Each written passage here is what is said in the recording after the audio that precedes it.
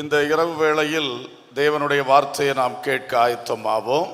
इस रात के समय भी परमेश्वर के वचन को सुनने के लिए हम तैयार हो जाएं। பிலிப்பியர் 1:11 சொல்லுகிறது, நீங்கள் கிறிஸ்துவின் நாளுக்கென்று துப்புரவானவர்களும் இடரல் அற்றவர்களுமாய் இருக்கவும் வேண்டுதல் செய்கிறேன். फिलिपियों का पहला अध्याय उसका 11 वचन में उस धार्मिकता के फल से जो यीशु मसीह के द्वारा होते हैं भरपूर होते जाओ, जिससे परमेश्वर की महिमा और स्तुति होती रहे। இந்த வசனத்தில் ரெண்டு காரியங்கள் சொல்லப்பட்டிருக்கிறது. இயேசு கிறிஸ்துவின் வருகைக்கு துப்புரவானவர்களாக இருக்க வேண்டும், இடரல் அற்றவர்களாக இருக்க வேண்டும். इसमें दो बातें हैं। प्रभु यीशु मसीह के आगमन के लिए साफ सुथरे हो और प्रभु की महिमा स्तुति करने वाले हो। எனவே இந்த ரெண்டு காரியங்களையும் வருகையில் எடுத்துக்கொள்ளப்பட ஆயத்தமாய் கொண்டிருக்கிற ஒவ்வொருவரும் அதிகமாக கவனிக்க வேண்டியவைகள். यहाँ पर लिखे गए दो बातें, दोनों बातें परमेश्वर यीशु के आगमन के लिए तैयार रखने वाली बातें हैं। இதிலே இரண்டாவது வார்த்தை இடரல் அற்றவர்களாய் இருங்கள். इसमें दूसरी बात है ठोकर न खाओ, 10वां वचन में है। இன்றைக்கு பகல் வேளையிலே இடரல் உண்டாக்காதிருப்போமாக என்பதை குறித்து தியானித்தோம். हम आज सुबह के वक्त यानी कि दोपहर के वक्त हमने मनन किया कि ठोकर खिलाने वाले ना हो। அதிலே அடுத்த பகுதி இடரல் அடையாதிருங்கள். उसका दूसरा भाग है ठोकर मत खाओ। நாம் பிறருக்கு இடரல் உண்டாக்க கூடாது, हम दूसरों के ठोकर का कारण नहीं बनना चाहिए। நாமும் எந்த காரியத்திலும் இடறி போக கூடாது. हम भी किसी भी बात के लिए ठोकर खाना भी नहीं है। எனவே இந்த ராத்திரி வேளையிலே நாம் இடறி போகாதிருக்க வேண்டும் என்பதை குறித்து நான் பேசும்படியாய் விரும்புகிறேன். इस रात के वक्त हम ये मनन करेंगे कि हम किस प्रकार ठोकर ना खाएं।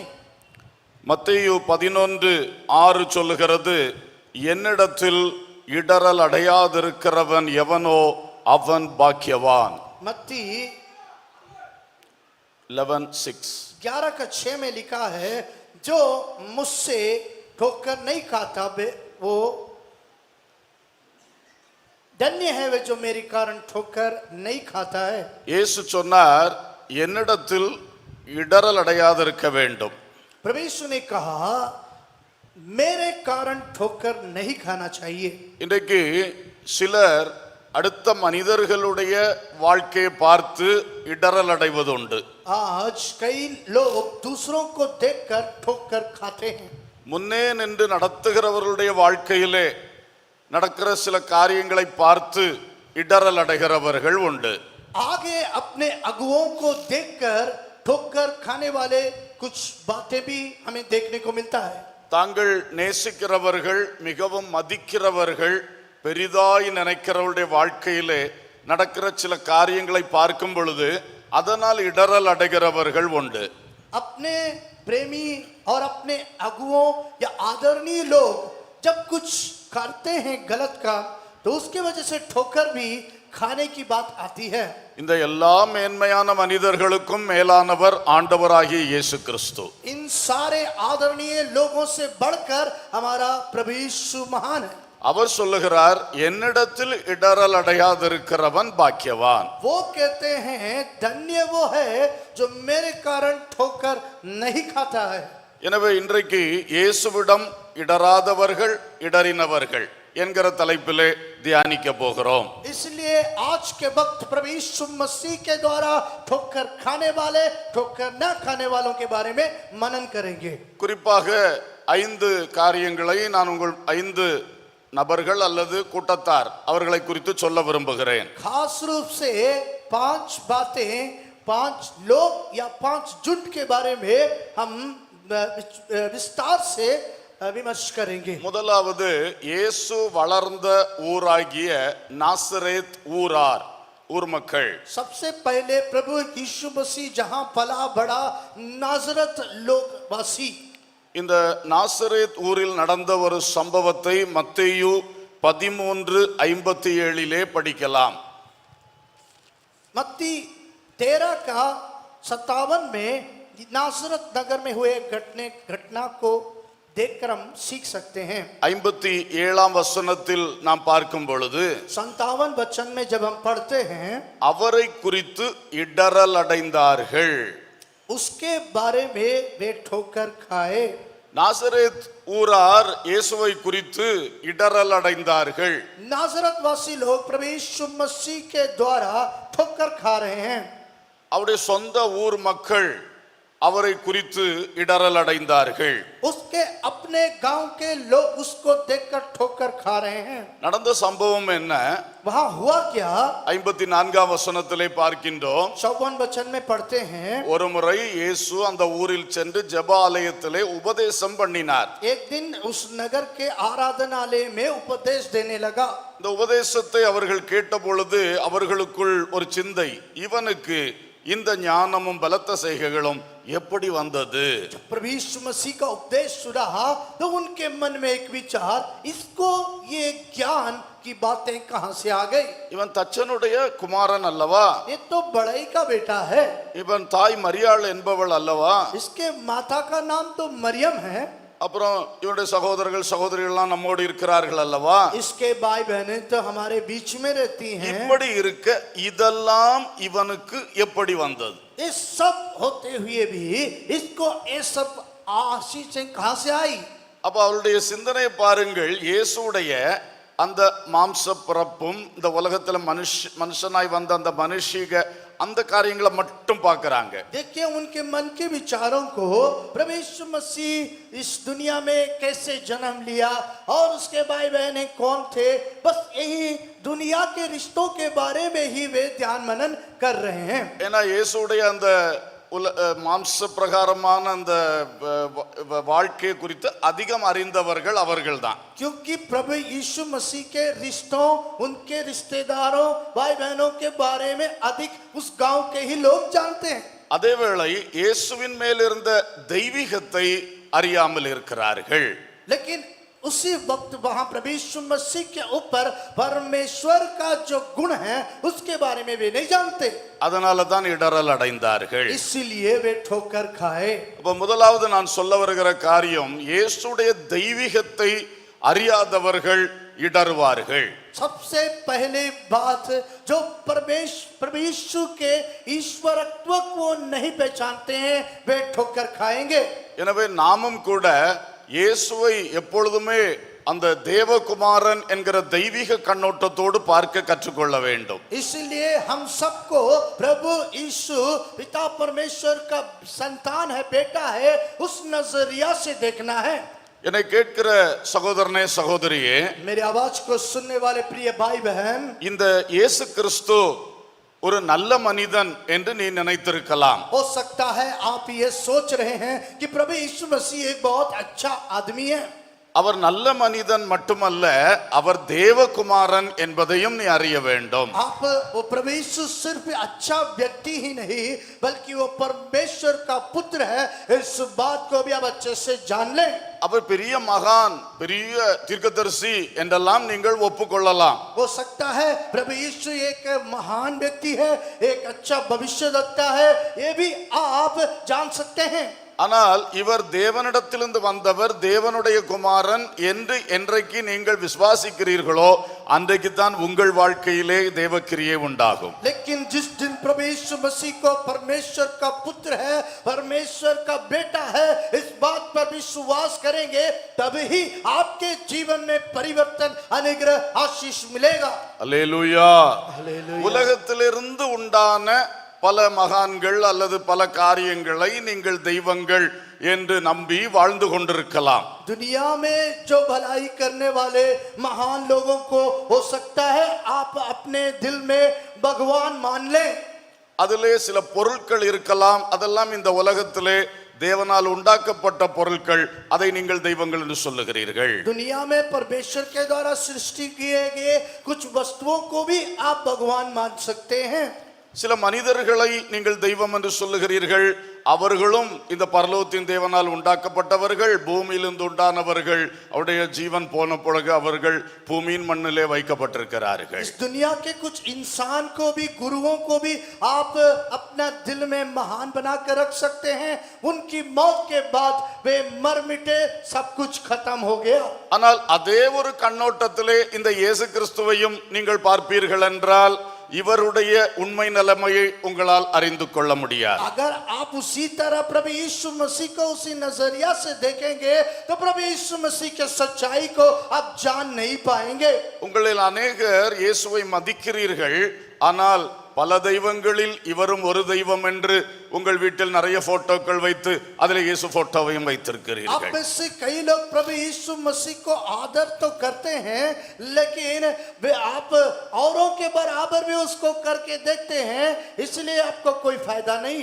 ஆனால் அன்பு சகோதரனே, சகோதரியே, ஒரு சத்தியத்தை நீங்கள் இன்றைக்கு தெளிவாய் அறிய வேண்டும். इसलिए मेरे प्रिय भाई बहनों, एक सत्य बात को, सच्चाई को आप जानना है।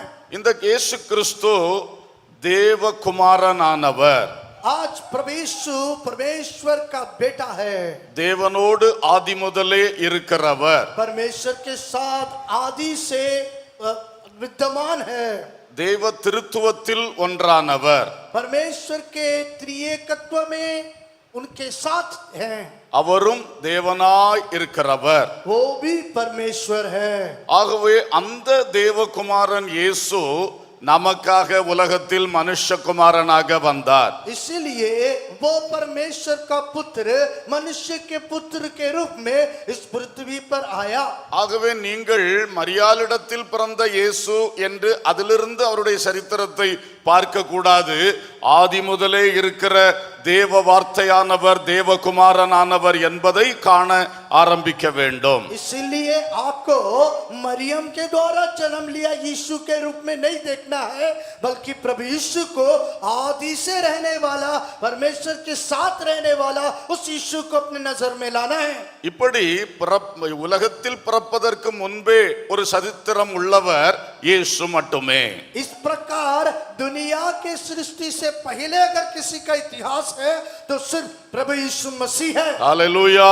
हालेलुया। எனவே இயேசு விசேஷித்தவர் அல்லது மற்றவர்களை விட ஒரு தனித்தன்மை நிறைந்தவர். इसलिए प्रभु यीशु मसीह विशेष है, औरों से वो अलग रहता है। இன்றைக்கு நீங்கள் இந்த மனுஷீக கண்ணோட்டத்தோடு இயேசுவையும் மனுஷர் என்கிற நிலையில் நாசரேத்தூர் மக்களைப் போல பார்த்து கொண்டிருக்கின்றீர்களா? क्या आप आज भी इंसान के नजरिए में प्रभु यीशु मसीह को आप देख रहे हैं क्या? அப்படி நீங்கள் நினைத்தீர்கள் என்றால் இந்த இயேசுவை நீங்கள் பின்பற்ற முடியாது, அவரிடத்தில் இடறல் அடைகிறவர்களாய் இருப்பீர்கள். अगर इसी तरीके से आप प्रभु यीशु मसीह को पीछा कर रहे हैं तो आप उससे कुछ प्राप्त नहीं कर पाएंगे, बल्कि ठोकर खाएंगे। அவருடைய தெய்வீகத்தை நாம் புரிந்து கொள்ள வேண்டும். उसका ईश्वरत्व को आपको समझना है।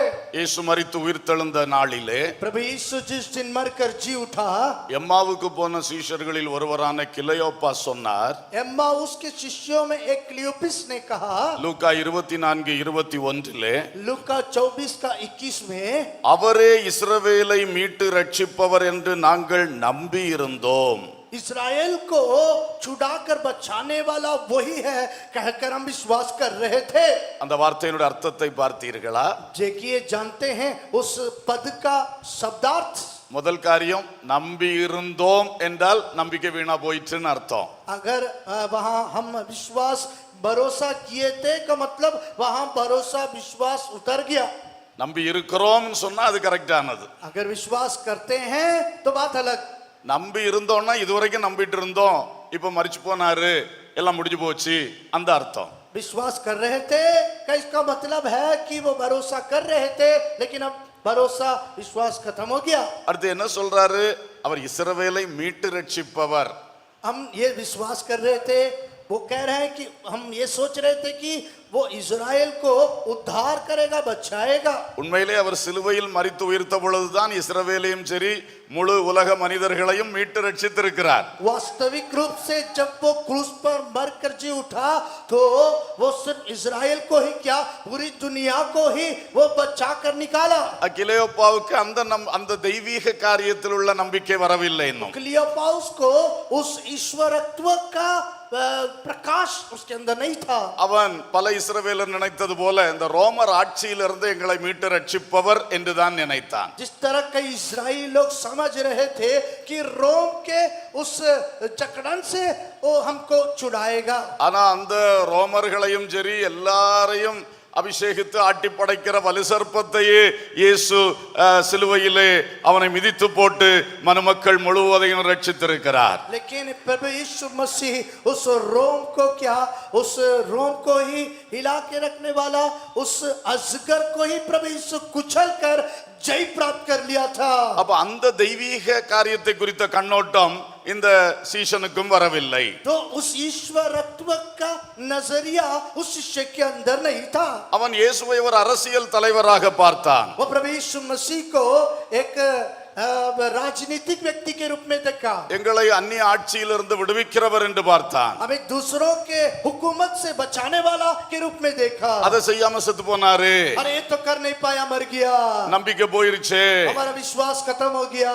ஏன் உனக்கு இடறல் உண்டாயிற்று? क्यों उसको ये ठोकर हो गया? நீ இயேசுவை ஒரு மனுஷனாக, ஒரு மகானாக, ஒரு அரசியல் தலைவனாக பார்த்தாய். क्योंकि तू प्रभु यीशु मसीह को एक इंसान के रूप में, एक महान के रूप में, एक राजनीतिक व्यक्ति के रूप में देखा।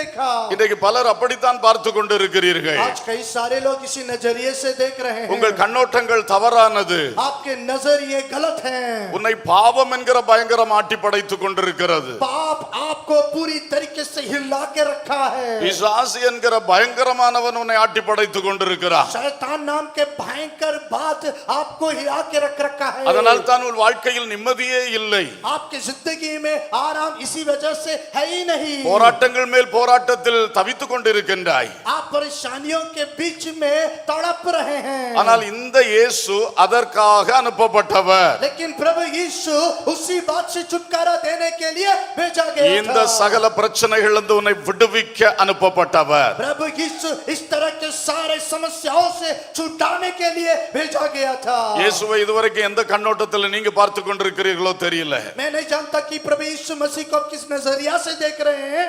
நாசரேத் ஊராயரா இருக்கலாம், கூட நடந்த சீஷரில் ஒருவனாய் கூட இருக்கலாம். या नासरतवासी हो या वो संग संग चलने वाला शिष्य भी हो सकता है। ஆனால் சிலருடைய கண்ணோட்டங்கள் இப்படித்தான் இருக்கிறது. लेकिन कुछ लोगों की नजर इसी तरीके से नजरिया है। அல்லேலூயா. இங்க வந்து இந்த வார்த்தையை கேட்கிற விசுவாச மக்களே, यहाँ पर परमेश्वर के वचन के सुनने वाले विश्वासी भाई बहनों, நீங்கள் இயேசுவை எப்படி பார்த்து விசுவாசிக்கிறீர்கள்? यीशु मसीह को आप किस तरीके से, किस नजर से देखकर विश्वास कर रहे हैं? எப்பொழுதும் அவருடைய தெய்வீக தன்மையை நோக்கி பாருங்கள். हर वक्त उसके ऊपर के ईश्वरत्व को आप देखकर विश्वास करें, அல்லது நீங்கள் இடறல் அடைவீர்கள். नहीं तो आप भी ठोकर खाएंगे। என்னுடைய வாலிப நாட்களில் நான் இப்படி சிந்தித்திருக்கிறேன். मैं अपने जवानीपन में इस तरह में सोच रखा था, நம்முடைய இயேசு ஏன் சிலுவையிலே மரித்து போனார்? हमारा प्रभु यीशु मसीह क्यों क्रूस पे मर गया? அப்படி இறங்கி வந்திருக்கலாம் இல்ல? ऐसे उतर के आ जाना चाहिए था। அப்ப எவ்வளவு வல்லமையா இருந்திருக்கும். कितना सामर्थ्य होता।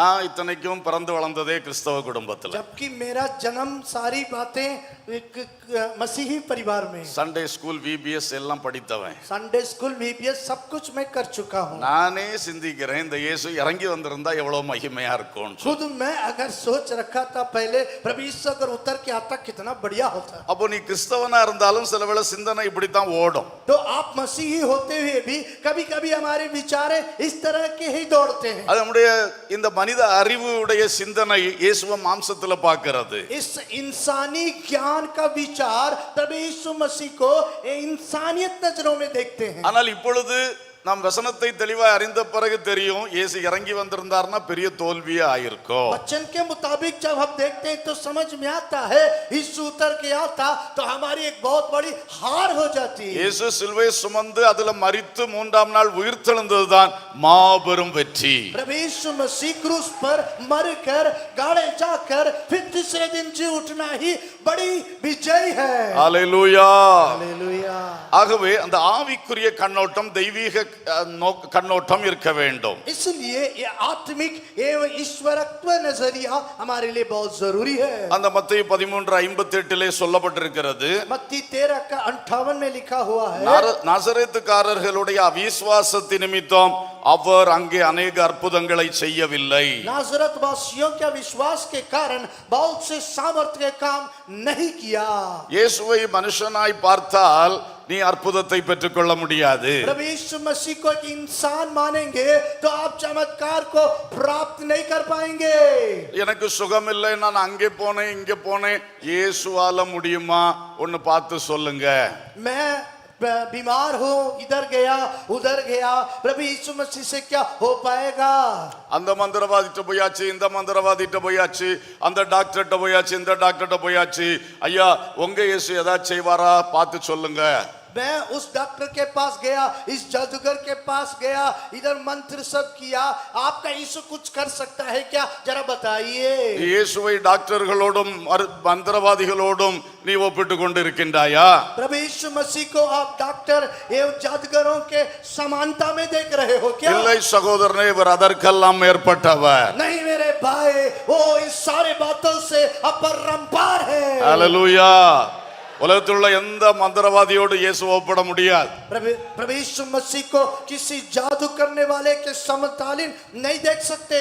எந்த ஒரு டாக்டரோட இயேசு ஒப்பிட முடியாது. किसी भी डॉक्टर के बराबर यीशु को नहीं देख सकते. அவர் நம்மை எல்லாம் உண்டாக்கினவர். वो हम सबका सृष्टि करने वाला, நம்முடைய சரீரங்களுக்காய் தமது சரீரத்தை சிலுவையில் ஒப்பு கொடுத்த ரட்சகர். हमारे शरीरों के लिए अपने शरीर को क्रूस पर देने वाला, उद्धार करता. அவர் சகல அற்புதங்களையும் செய்ய வல்லவர். सारे चमत्कारों को करने के लिए सामर्थ्य है. ஹல்லேலூயா.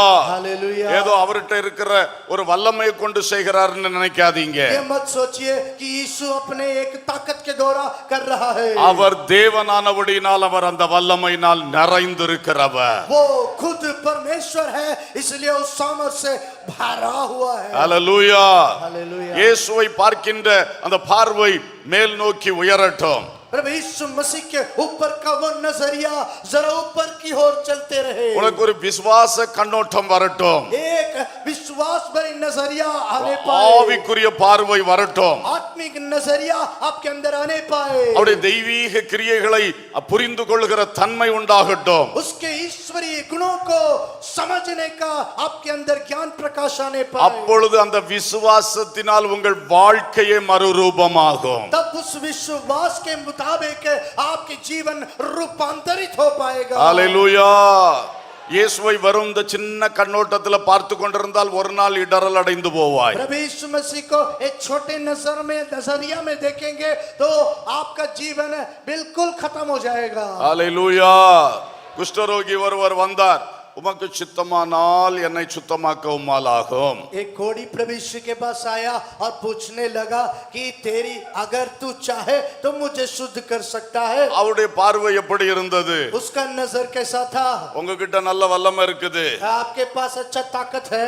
இப்போ நினைச்சா என்னைய சுகமாக்கலாம். हाँ, आप सोचेंगे तो मुझे चंगा कर सकते हैं. ஆனா நீ நினைப்பீரோ என்னமோ தெரியலையே. लेकिन मालूम नहीं आप सोचेंगे कि नहीं. ஏன்னா அவன் மத தலைவர்களுடைய கண்ணோட்டத்துல இயேசுவை பார்க்கறான். क्योंकि प्रभु यीशु मसीह को एक धर्म के नेता के रूप में देखता है. இவரும் ஒருவேளை அந்த மாதிரி ஆளா இருப்பாரோ? हो सकता है ये भी उसी तरह धर्म का कोई मुख्य आदमी होगा. இயேசுட்ட வல்லமை இருக்குதுன்னு புரிஞ்சுக்கிறான். वो समझ रहा है कि यीशु के पास कुछ ताकत है. ஆனா அவர் தேவகுமாரன் என்று அவன் அன்னைக்கு புரிந்து கொண்டானா என்பது சந்தேகம். लेकिन वो क्या ये समझ रखा था कि वो परमेश्वर का बेटा है? அப்படி புரிந்திருந்தா இப்படி ஒரு கேள்வி வந்திருக்காது. ऐसा समझता तो ऐसा सवाल नहीं करता. இவர் தேவனாக்கும், क्योंकि ये परमेश्वर है. அப்ப என்ன சொல்லுவான்? तब वो कहता क्या? என்ன குணமாக்குங்க. मुझे चंगा कर दीजिए. அல்லேலூயா. हालेलुया. பலருடைய சிந்தனை இப்படித்தான் ஓடுகிறது. आज कईयों के विचार इसी प्रकार है. அவட்ட வல்லமை இருக்குது, उसके पास ताकत है. ஆனா அடுத்தது மனுஷிக கண்ணோட்டம். उसके बाद फिर इंसानी नजरत, தருவாரா தர மாட்டாரா? क्या पता नहीं देगा कि नहीं, இவரால முடியுமா முடியாதா? क्या पता नहीं इससे होगा कि नहीं। இதுவும் கூடவே வருகிறது. ये भी साथ साथ इंसानी नजरें, தேவனால் கூடாதது ஒன்றுமில்லை. परमेश्वर से अलग होना कुछ नहीं, அதுதான் அந்த தெய்வீக கண்ணோட்டம். वही ईश्वरी नजरिया। அல்லேலூயா.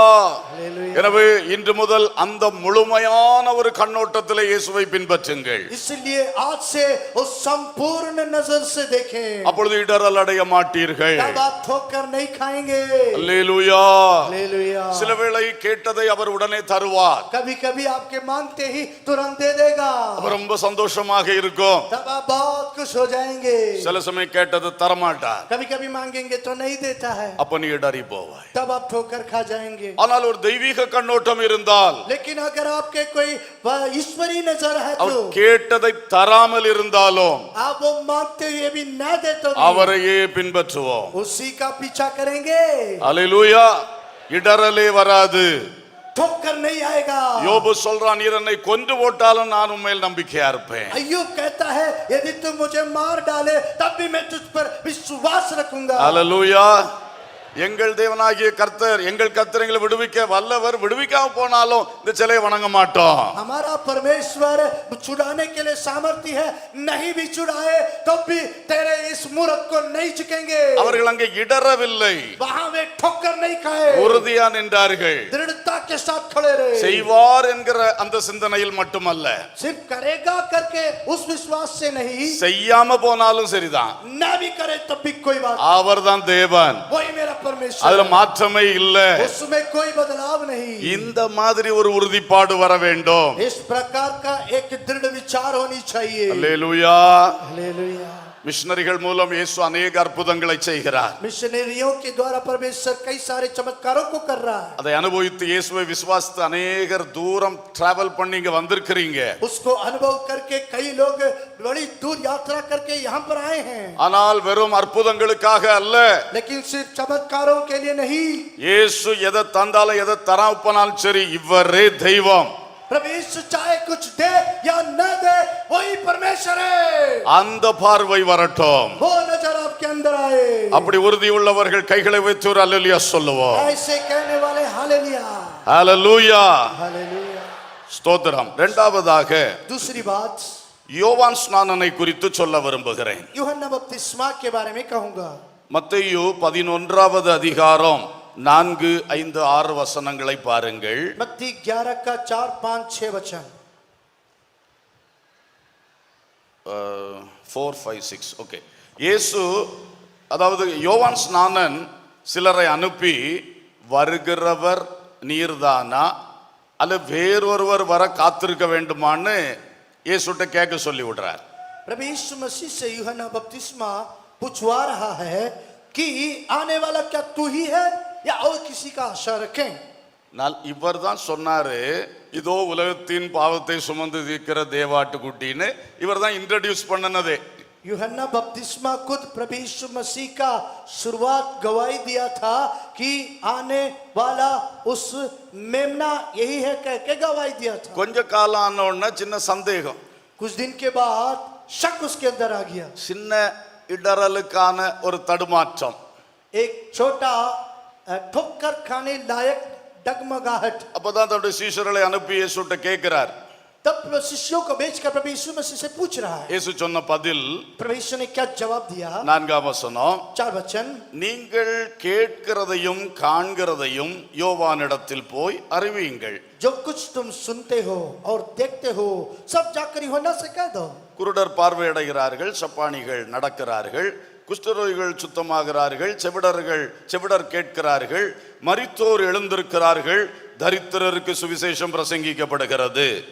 अंधे देखते हैं, लंगड़े चलते हैं, कोढ़ी शुद्ध होते हैं, बहरे सुनते हैं, मुर्दे जिलाए जाते हैं, कंगालों को सुसमाचार सुनाया जाता है। என்னிடத்தில் இடரலடையாதிருக்கிறவன் எவனோ அவன் பாக்கியவான் என்றார். धन्य है वे जो मेरे कारण ठोकर न खाए।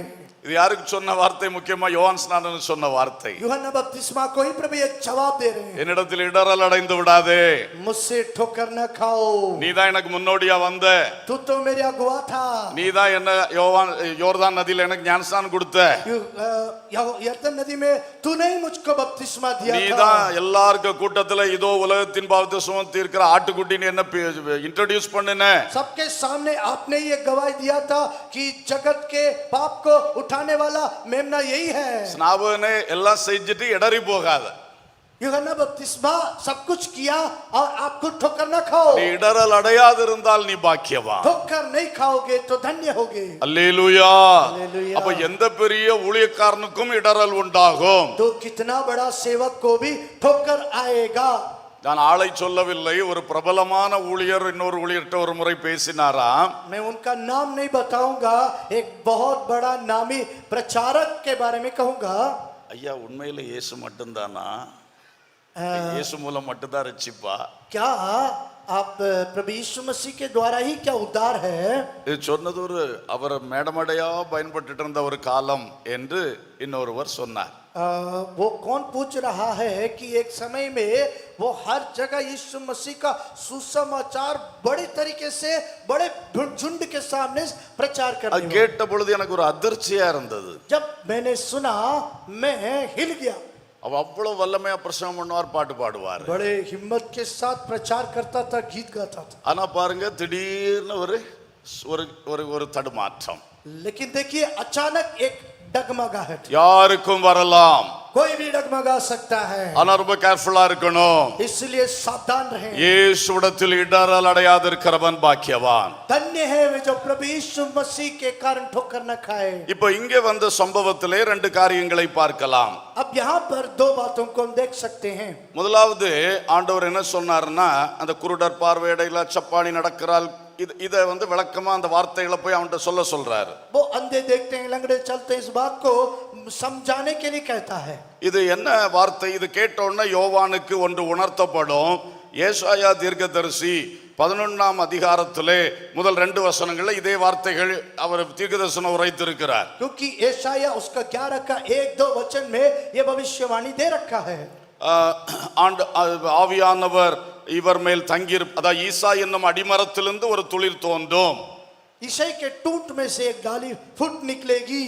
அப்ப யோவானுக்கு தெரியும் இது இயேசு ஈசாய் அடிமரத்திலிருந்து தாவீதின் வம்சத்துல பிறந்தவர். तब यूहन्ना बपतिस्मा समझ सकता है के टूट यानी कि दाऊद के वंश से वो निकला है। அடுத்தது, ஆவியானவர் அவர் மேல் இருக்கிறார். आत्मा, पवित्र आत्मा उसके ऊपर है। அது 2ஆம் வசனத்துல சொல்லப்பட்டிருக்கிறது. दूसरा वचन में लिखा हुआ है। இது அவனுக்கு உடனே நினைவுக்கு வரும். ये तुरंत उसको समझ में आएगा। இவன் நேர்ல பார்த்தான், ஆண்டவர் ஞானஸ்நானம் எடுத்தோன்னு ஆவியானவர் இறங்கினதை பார்த்தான். क्योंकि वो अपने सामने देखा है, प्रभु यीशु मसीह बपतिस्मा लेते ही पवित्र आत्मा कबूतर के समान उतरा। அந்த தேவ மனிதன் இடறி போகாமல் இருக்க இயேசு செய்தது, முதலாவது, நான் தீர்க்க தரிசனங்களில் எழுதப்பட்டிருக்கிறவர் தான் என்பதை அவனுக்கு உணர்த்தினார். तो यहाँ पर प्रभु यीशु मसीह उसको गवाही के साथ यूहन्ना बपतिस्मा को दिखाते हैं कि भविष्य वक्ताओं के द्वारा लिखा गया भविष्यवाणी के मुताबिक ही वो है। ஒரு அல்லேலூயா சொல்லுவோம்.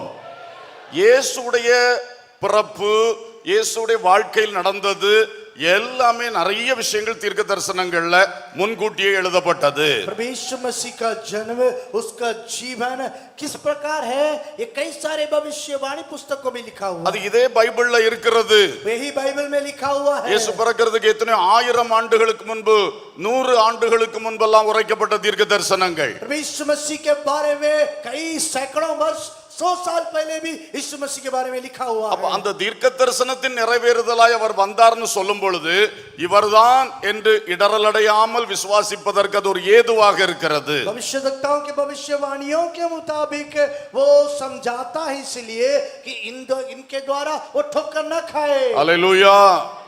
பாருங்கள், ஆதியாகமம் 3ஆம் அதிகாரம் 15ஆம் வசனத்திலே ஸ்திரீயின் வித்து சர்ப்பத்தின் தலையை நசுக்கும் என்று இயேசுவை பற்றி முதல் தீர்க்க தரிசனம் வந்து விட்டது. देखिए उत्पत्ति उसका 1:15 वचन में वहां पर भविष्यवाणी प्रभु यीशु मसीह के बारे में स्त्री का बीज तुम्हारा सिर कुचलेगा. ஏசாயா 7:14 ஒரு கன்னிகை கர்ப்பவதியாகி ஒரு குமாரனை பெறுவாள் என்று இயேசு பிறக்கிறதுக்கு சில 100 ஆண்டுகளுக்கு முன்பே உரைக்கப்பட்டு விட்டது. यशाया 7:14 में प्रभु यीशु मसीह के जन्म से कुछ सैकड़ों वर्ष पहले यह कहा गया कि एक कुंवारी गर्भवती होगी. மீகா 5:2 பெத்லகேமில் பிறப்பார் என்பது தெளிவாக உரைக்கப்பட்டு விட்டது. मीका 5:2 में बेथलेहम में जन्म लेगा, इस बात को लिखा गया है. இதுவும் இயேசு பிறப்பதற்கு சில 100 ஆண்டுகளுக்கு முன்பே உரைக்கப்பட்ட தீர்க்க தரிசனம், எழுதப்பட்ட தீர்க்க தரிசனம். प्रभु यीशु मसीह के बारे में वहां पर कुछ सैकड़ों वर्ष पहले लिखा गया भविष्यवाणी वचने हैं. ஏசாயா 53ஆம் அதிகாரம் இயேசு சிலுவையில என்னென்ன அனுபவிப்பார், எப்படி எப்படி இருப்பார்னு அப்படியே எழுதப்பட்ட தீர்க்க தரிசனம். यशाया 23 अध्याय में 53 अध्याय में प्रभु यीशु मसीह कैसे दुख उठाएगा इस बात के बारे में लिखा हुआ है. இன்னும் இது மாதிரி எத்தனையோ தீர்க்க தரிசனங்கள் இருக்கிறது. इसी तरह कितने भविष्यवाणियां हैं. அப்போ தீர்க்க தரிசனங்களில் எழுதப்பட்டபடியே ஒருவர் வந்திருக்கிறார். भविष्यवाणियों के द्वारा लिखा जैसा लिखा गया है वैसे प्रभु यीशु हुआ. அவர்தான் தேவகுமாரன், அவர்தான் உலக ரட்சகர் என்பது மிக திட்ட தெளிவாய் நிரூபிக்கப்பட்டிருக்கிறது. वही परमेश्वर का पुत्र है, जगत का उद्धार करता है, साफ साफ लिखा हुआ है. அவருடைய பிறப்பு, அவருடைய மரணம், அவருடைய உயிர்த்தெழுதல், அவருடைய சகல காரியங்களும் தீர்க்க தரிசனத்தினால் முன்னமே சொல்லப்பட்டிருக்கிறது. उसका जन्म, उसका दुख, उसका जी उठना, सारी बातें लिखी हुई हैं. நீங்கள் யோவான் ஸ்நானனை போல பெரிய ஆட்களா இருக்கலாம், அல்லது ஒரு எளிய விசுவாச நிலையில் இருக்கிறவளா இருக்கலாம். இயேசு தீர்க்க தரிசனங்களின் நிறைவேறுதலோடு வந்தவர், அவரே தேவகுமாரன். आप हो सकता है यूहन्ना बपतिस्मा की तरह विश्वास करने वाले हो, लेकिन एक बात साफ साफ है, वही उद्धार करने वाला परमेश्वर है. அல்லேலூயா. இந்த உலகத்துல மனித சரித்திரத்துல வேற யாரை பற்றி இவ்வளவு தீர்க்க தரிசனங்கள் தெளிவாக சொல்லப்படவே இல்லை. दुनिया के इतिहास में किसी दूसरे के व्यक्ति के बारे में इतनी सारी भविष्यवाणियां है ही नहीं. எனவே நீங்கள் யாரா இருந்தாலும் இந்த இயேசுவை விசுவாசியுங்கள், இடறல் அடையாமல் இருங்கள். அதற்கு ஒரு பெரிய ஊன்றுகோல் இந்த பைபிளில் சொல்லப்பட்ட தீர்க்க தரிசனங்கள். வெளி உலக புத்தகங்களிலும் முந்தைய சரித்திர புத்தகங்களிலும் கூட சில காரியங்கள் இருக்கின்றன. इसलिए यहाँ सुनने वाले हर एक भाई बहन प्रभु यीशु मसीह के बारे में गवाही, यहाँ पर लिखे गए भविष्यवाणियां और दुनिया के इतिहास में भी लिखी हुई गवाहियों के साथ है. ஒரு அல்லேலூயா சொல்லுவோம். அதனால்தான் இந்த வேதத்தை ஆராய்ந்து படிக்க வேண்டும். इसलिए बाइबल को खोज करते हुए पढ़ना है. அடுத்தது இயேசு என்ன சொல்றாரு? குருட பார்க்கறாங்க, சப்பானி நடக்கறாங்க, அப்படி ஒரு பட்டியல் சொல்றார். प्रभु यीशु मसीह फिर कहते हैं अंधे देखते हैं, बहरे सुनते हैं, इस प्रकार एक सूची देता है. இது அற்புதங்கள் நடக்கிறதை பற்றின வார்த்தை. ये चमत्कार जो करते हैं उसके बारे में है. இயேசுவிடத்தில் இடறல் அடையாது இருப்பதற்கு, प्रभु यीशु मसीह से ठोकर न खाने के लिए, வசனத்தை படிக்கிறவனுக்கு தீர்க்க தரிசன நிறைவேறுதல் என்கிற ஒரு நல்ல ஒரு ஏது இருக்கின்றது நம்புவதற்கு. वचन को पढ़ने के लिए, भविष्यवाणियों को विश्वास करने के लिए एक बुनियाद यहाँ पर प्राप्त होता है. நீ ஒருவேளை பெரிய அளவிலே வசனம் படிக்காதவனா இருந்தாலும் हो सकता है आप वचन पढ़ने वाला ना हो, அவருடைய அற்புதங்களை நீ பார். उसके चमत्कारों को तो देख. இது போல ஒரு அற்புதங்கள் நடந்திருக்கின்றதா? इस तरह का चमत्कार कोई किया है? எத்தனை அற்புதங்கள், कितने सैकड़ों चमत्कारें. இது இயேசுவை நாம் விசுவாசித்து இடறல் அடையாமல் பின்பற்றுவதற்கு ஒரு பெரிய ஏதுவாக இருக்கிறது. ये प्रभु यीशु मसीह पर विश्वास करके ठोकर न खाने के लिए आपके लिए एक मजबूत बात है. அல்லேலூயா. சில மனிதர்கள் சில வல்லமைகளை, பிசாசின் வல்லமைகளை வைத்துக்கொண்டு அற்புதங்கள் செய்கிறார்கள். कुछ इंसान शैतान के ताकतों से कुछ चमत्कारों को दिखा सकते हैं. பைபிளே சொல்லுகிறது பிசாசு அற்புதங்களை செய்யும் என்று. खुद बाइबल गवाही देती है शैतान भी चमत्कार कर सकता है. ஆனால் இப்படிப்பட்ட அற்புதங்களை அதனால் செய்ய முடியாது. लेकिन इस तरह के चमत्कारों को कोई कर नहीं सकता. அல்லேலூயா.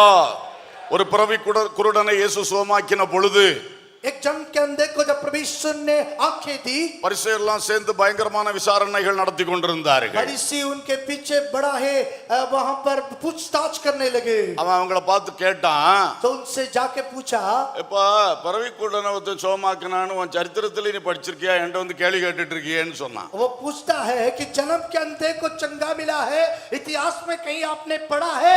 उस पर उल्टा सवाल कर दिए। ஹல்லேலூயா. அப்படிப்பட்ட அற்புதங்களை அவர் தாராளமாக செஞ்சிருக்கிறார். ऐसे ऐसे चमत्कार प्रभु बड़ी मात्रा में कर दिया। மனிதனுடைய சரீரத்தின் வியாதிகளை சுகமாக்கி இருக்கிறார். इंसान के शरीर के सारे बीमारियों को चंगा किया है। கை குறுகி இருக்கிறது, கண்ணு தெரியாம இருக்கிறது, கால் முடங்கி இருக்கிறது, இப்படி குறைபாடுகளை அற்புதமாக சரி செய்திருக்கிறார். छोटे हाथ, अंधापन, इस तरह के कई सारे कमियों को प्रभु यीशु चंगा किया है। மரித்தோரையும் உயிரோடு எழுப்பி இருக்கிறார். मरे हुओं को जिंदा किया है। ஹல்லேலூயா. हालेलुया। அது மட்டுமல்ல, தண்ணீரை திராட்சரசமாய் மாற்றினார். सिर्फ इतना ही नहीं, पानी को दागरस बना दिया। தண்ணீரின் மேல் நடந்தார். पानी के ऊपर चला। காற்றையும் கடலையும் அதட்டி நிறுத்தினார். आंधी और तूफान को डांट कर शांत किया। இப்படி உலகப் பொருட்களிலும் இயற்கையின் மேலும் சகலத்திலும் தம்முடைய அதிகாரத்தை வெளிப்படுத்தினார். इस तरफ दुनिया के ताकतें, ये दुनिया प्राकृतिक के ऊपर उसका अपना ताकत को आजमाया। இப்படிப்பட்ட அற்புதங்களை இந்த உலகத்தில் யார் செய்திருக்கிறார்கள்? इतनी बड़ी चमत्कारों को इस पृथ्वी पर कौन किया है? உலகத்தில் உள்ள சரித்திர புத்தகங்கள் அத்தனையும் புரட்டி படித்து பாருங்கள். दुनिया के जितने इतिहास की पुस्तकें हैं, सब खोल कर पढ़ के இயேசு ஒருவரே செய்திருக்கிறார். यीशु मसीह एक ही किया है। அதனால தான் நிக்கோதேமு சொன்னாரு, इसलिए निकोदेमुस ने कहा யோவான் 3:2 यूहन्ना 3:2 में, ஏனெனில் ஒருவனும் தன்னுடனே தேவன் இராவிட்டால் நீர் செய்கிற இப்படிப்பட்ட அற்புதங்களை செய்ய மாட்டான். ஆகவே நான் உம்மை விசுவாசிக்கிறேன். इसीलिए किसी के पास अगर परमेश्वर नहीं है, कोई भी इस तरह के चमत्कार कर ही नहीं सकता। ஒரு அல்லேலூயா சொல்லுவோம். அந்த நிக்கோதேமுவுக்கு இருந்த ஆழமான விசுவாசம் நமக்கு வர வேண்டும். उस निकोदेमुस के अंदर जो गहरा विश्वास था, वो हम आपके अंदर आने पाए। சகோதரனே சகோதரியே, உன் வாழ்க்கையில் ஏதோ கஷ்டம் வந்தவுடனே இந்த இயேசு உண்மையானவரா, இந்த இயேசுவால செய்ய முடியுமா என்றெல்லாம் நீ குழம்பி போகாதே. प्रिय भाई बहन, आपके जीवन में एक समस्या आते ही ये मत गड़बड़ा जाओ कि ये प्रभु यीशु मसीह क्या इसको समाधान कर सकता है कि नहीं। இந்த இயேசு அன்று அற்புதம் செய்தவர் இன்றும் அற்புதங்களை செய்து கொண்டிருக்கிறார். उस दिन जो चमत्कारों को मेरा यीशु ने किया, वो आज भी कर सकता है। அவர்தான் சொன்னார், நீ விசுவாசித்தால் தேவனுடைய மகிமை காண்பாய். उसने खुद कहा, यदि तू विश्वास करेगा परमेश्वर की महिमा को देखेगा। நீ விசுவாசித்தபடியே உனக்கு ஆகக் கடவதென்றும் இயேசு கூறியிருக்கிறார். यीशु ने कहा, जैसा तू विश्वास करता है वैसे तेरे लिए हो।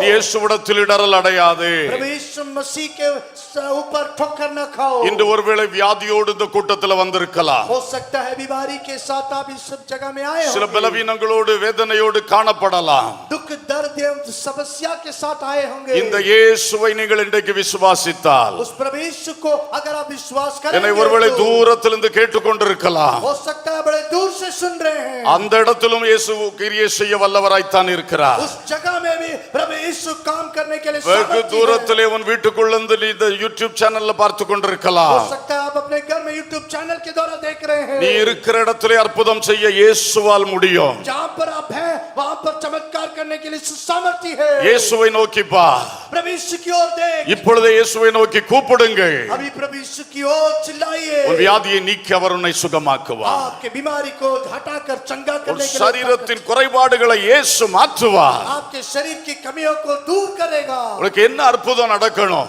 आपको क्या चमत्कार चाहिए? நாளைக்கு வெளியே தலை காட்ட முடியாத சிக்கலில் இன்றைக்கு சிக்கி தவித்துக் கொண்டிருக்கிறீர்களா? कल के दिन आप सिर बाहर नहीं दिखा सकते हैं, इस तरह की समस्या में है क्या?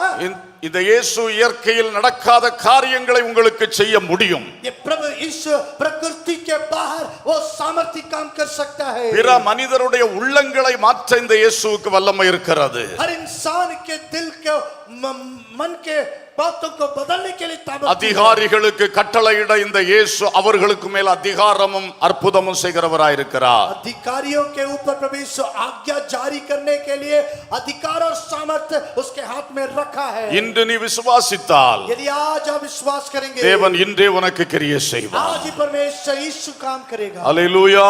हालेलुया। என் பிள்ளை கல்யாணம் ஆகலையேன்னு வருத்தத்துல வந்திருக்கீங்களா? हो सकता है आप सोच रहे मेरे बेटी का शादी नहीं हो रहा, அதுக்கும் இந்த இயேசுதான் பரிகாரி. उसके लिए भी प्रभु यीशु मसीह ही चंगा करता। நீங்கள் இயேசுவை நோக்கி கூப்பிடுங்கள். यीशु की ओर चिल्लाए। நீங்க பார்த்ததெல்லாம் பார்க்கிலும் விசேஷமாய் கொண்டு வருவார். आपने जो जो देखा उससे बढ़कर अच्छे वर्ग को प्रभु देगा। ஆபிரகாமின் ஊழியக்காரன் சாட்சி கொடுத்தான். इब्राहिम का उसका घर का व्यक्ति गवाही दिया। எஜமான் மகனுக்கு ஏற்ற துணையை கண்டுபிடிக்க என்னை நேர் வழியாய் நடத்தி வந்த கர்த்தர் என்று சொன்னான். वो मेरे मालिक के उस विवाह के बात को बात करने के लिए सीधे मार्ग पे चलाने वाला मेरा प्रभु। அல்லேலூயா. हालेलुया। கஜானா காலியா இருக்கா, பசி பட்டினியா, வறுமையா, கடன் பாரமா, இயேசுவை நோக்கி கூப்பிடுங்கள். क्या आपका खजाना खाली है, आपको भूख प्यास है, कमी घटी है, यीशु को बुलाइए। எலியாவை போஷித்தவர் உங்களையும் போஷிப்பார். एलिया आपको खिलाने वाला आपको भी खिलाएगा। சாரிபாத் விதவையின் குடும்பத்தை பஞ்சகாலம் முழுவதும் காத்தவர் உங்களையும் காப்பார். सारपत के विधवा को जो अकाल के समय खिलाने वाला आपको भी खिलाएगा। தீர்க்கதரிசிகளின் புத்திரரில் ஒருவனுடைய மனைவியின் கடன் பாரத்தை நீக்கினவர் உங்கள் குடும்பத்தின் கடன் பாரத்தையும் நீக்குவார். नबियों के परिवार के कर्ज को जो चुकाने के लिए कर्ज था उसको चुकाने के लिए प्रभु यीशु सामर्थ्य है। உங்கள் என்னை கேட்டுக்கொண்டிருக்கிற சிலர் உங்கள் வாழ்க்கையில முந்தின நாட்களில் அற்புதங்களை அனுபவித்தவர்கள். आप जो मेरी आवाज को सुन रहे हैं, कुछ लोग चमत्कारों को देख चुके हैं, ஆனால் இன்றைக்கு நீ ஏன் குழம்பிக் கொண்டிருக்கிறாய்? लेकिन आज फिर आप क्यों परेशान हैं? அதே விசுவாசத்தோடு இயேசு நோக்கி பாருங்க. वही विश्वास के साथ प्रभु यीशु को देखे। அல்லேலூயா. हालेलुया। இன்று கட்டுகள் அறுக்கப்படும். आज आपके बंधन टूटेंगे। இன்று கேட்டா கொஞ்ச காலம் தாண்டி பார்க்கலாம்னு இயேசு சொல்ல மாட்டார். आपको प्रभु यीशु ये नहीं कहेगा कि बाद में देखना। அவர் ஒரு வார்த்தை சொன்னார், அச்சமயத்தில் அந்த க்ஷணத்திலே அந்த வேலைக்காரன் சொஸ்தமானார். अगर वो एक शब्द कहेगा उसी क्षण में वो चंगा हो गया। குஷ்டரோகியை தொட்டார், உடனே சுகமானார். थोड़ी को प्रभु यीशु ने छुआ, उसी वक्त वो चंगा हो गया। கடுமையான ஜூரம் டைபாய்டு ஃபீவர்ல கிடந்த பேதுருவின் மாமியாரை கையை பிடித்தார், உடனே சுகமாகி பணிவிடை செய்கிற அளவுக்கு அவளுக்கு ஹெல்த் வந்தது. पतरस के सास को जो बड़ी बुखार और टाइफाइड की बीमारी था, प्रभु यीशु के छूते ही वो चंगी हो गए। இயேசு அற்புதங்களை செய்பவர். प्रभु यीशु चमत्कार चंगाई करता है। இந்த அற்புதங்களை ஒரு மெஜிஷியன் அல்லது மந்திரவாதி, ஒரு வித்தைக்காரனுடைய அற்புதத்தோடு நீ கம்பேர் பண்ணாத.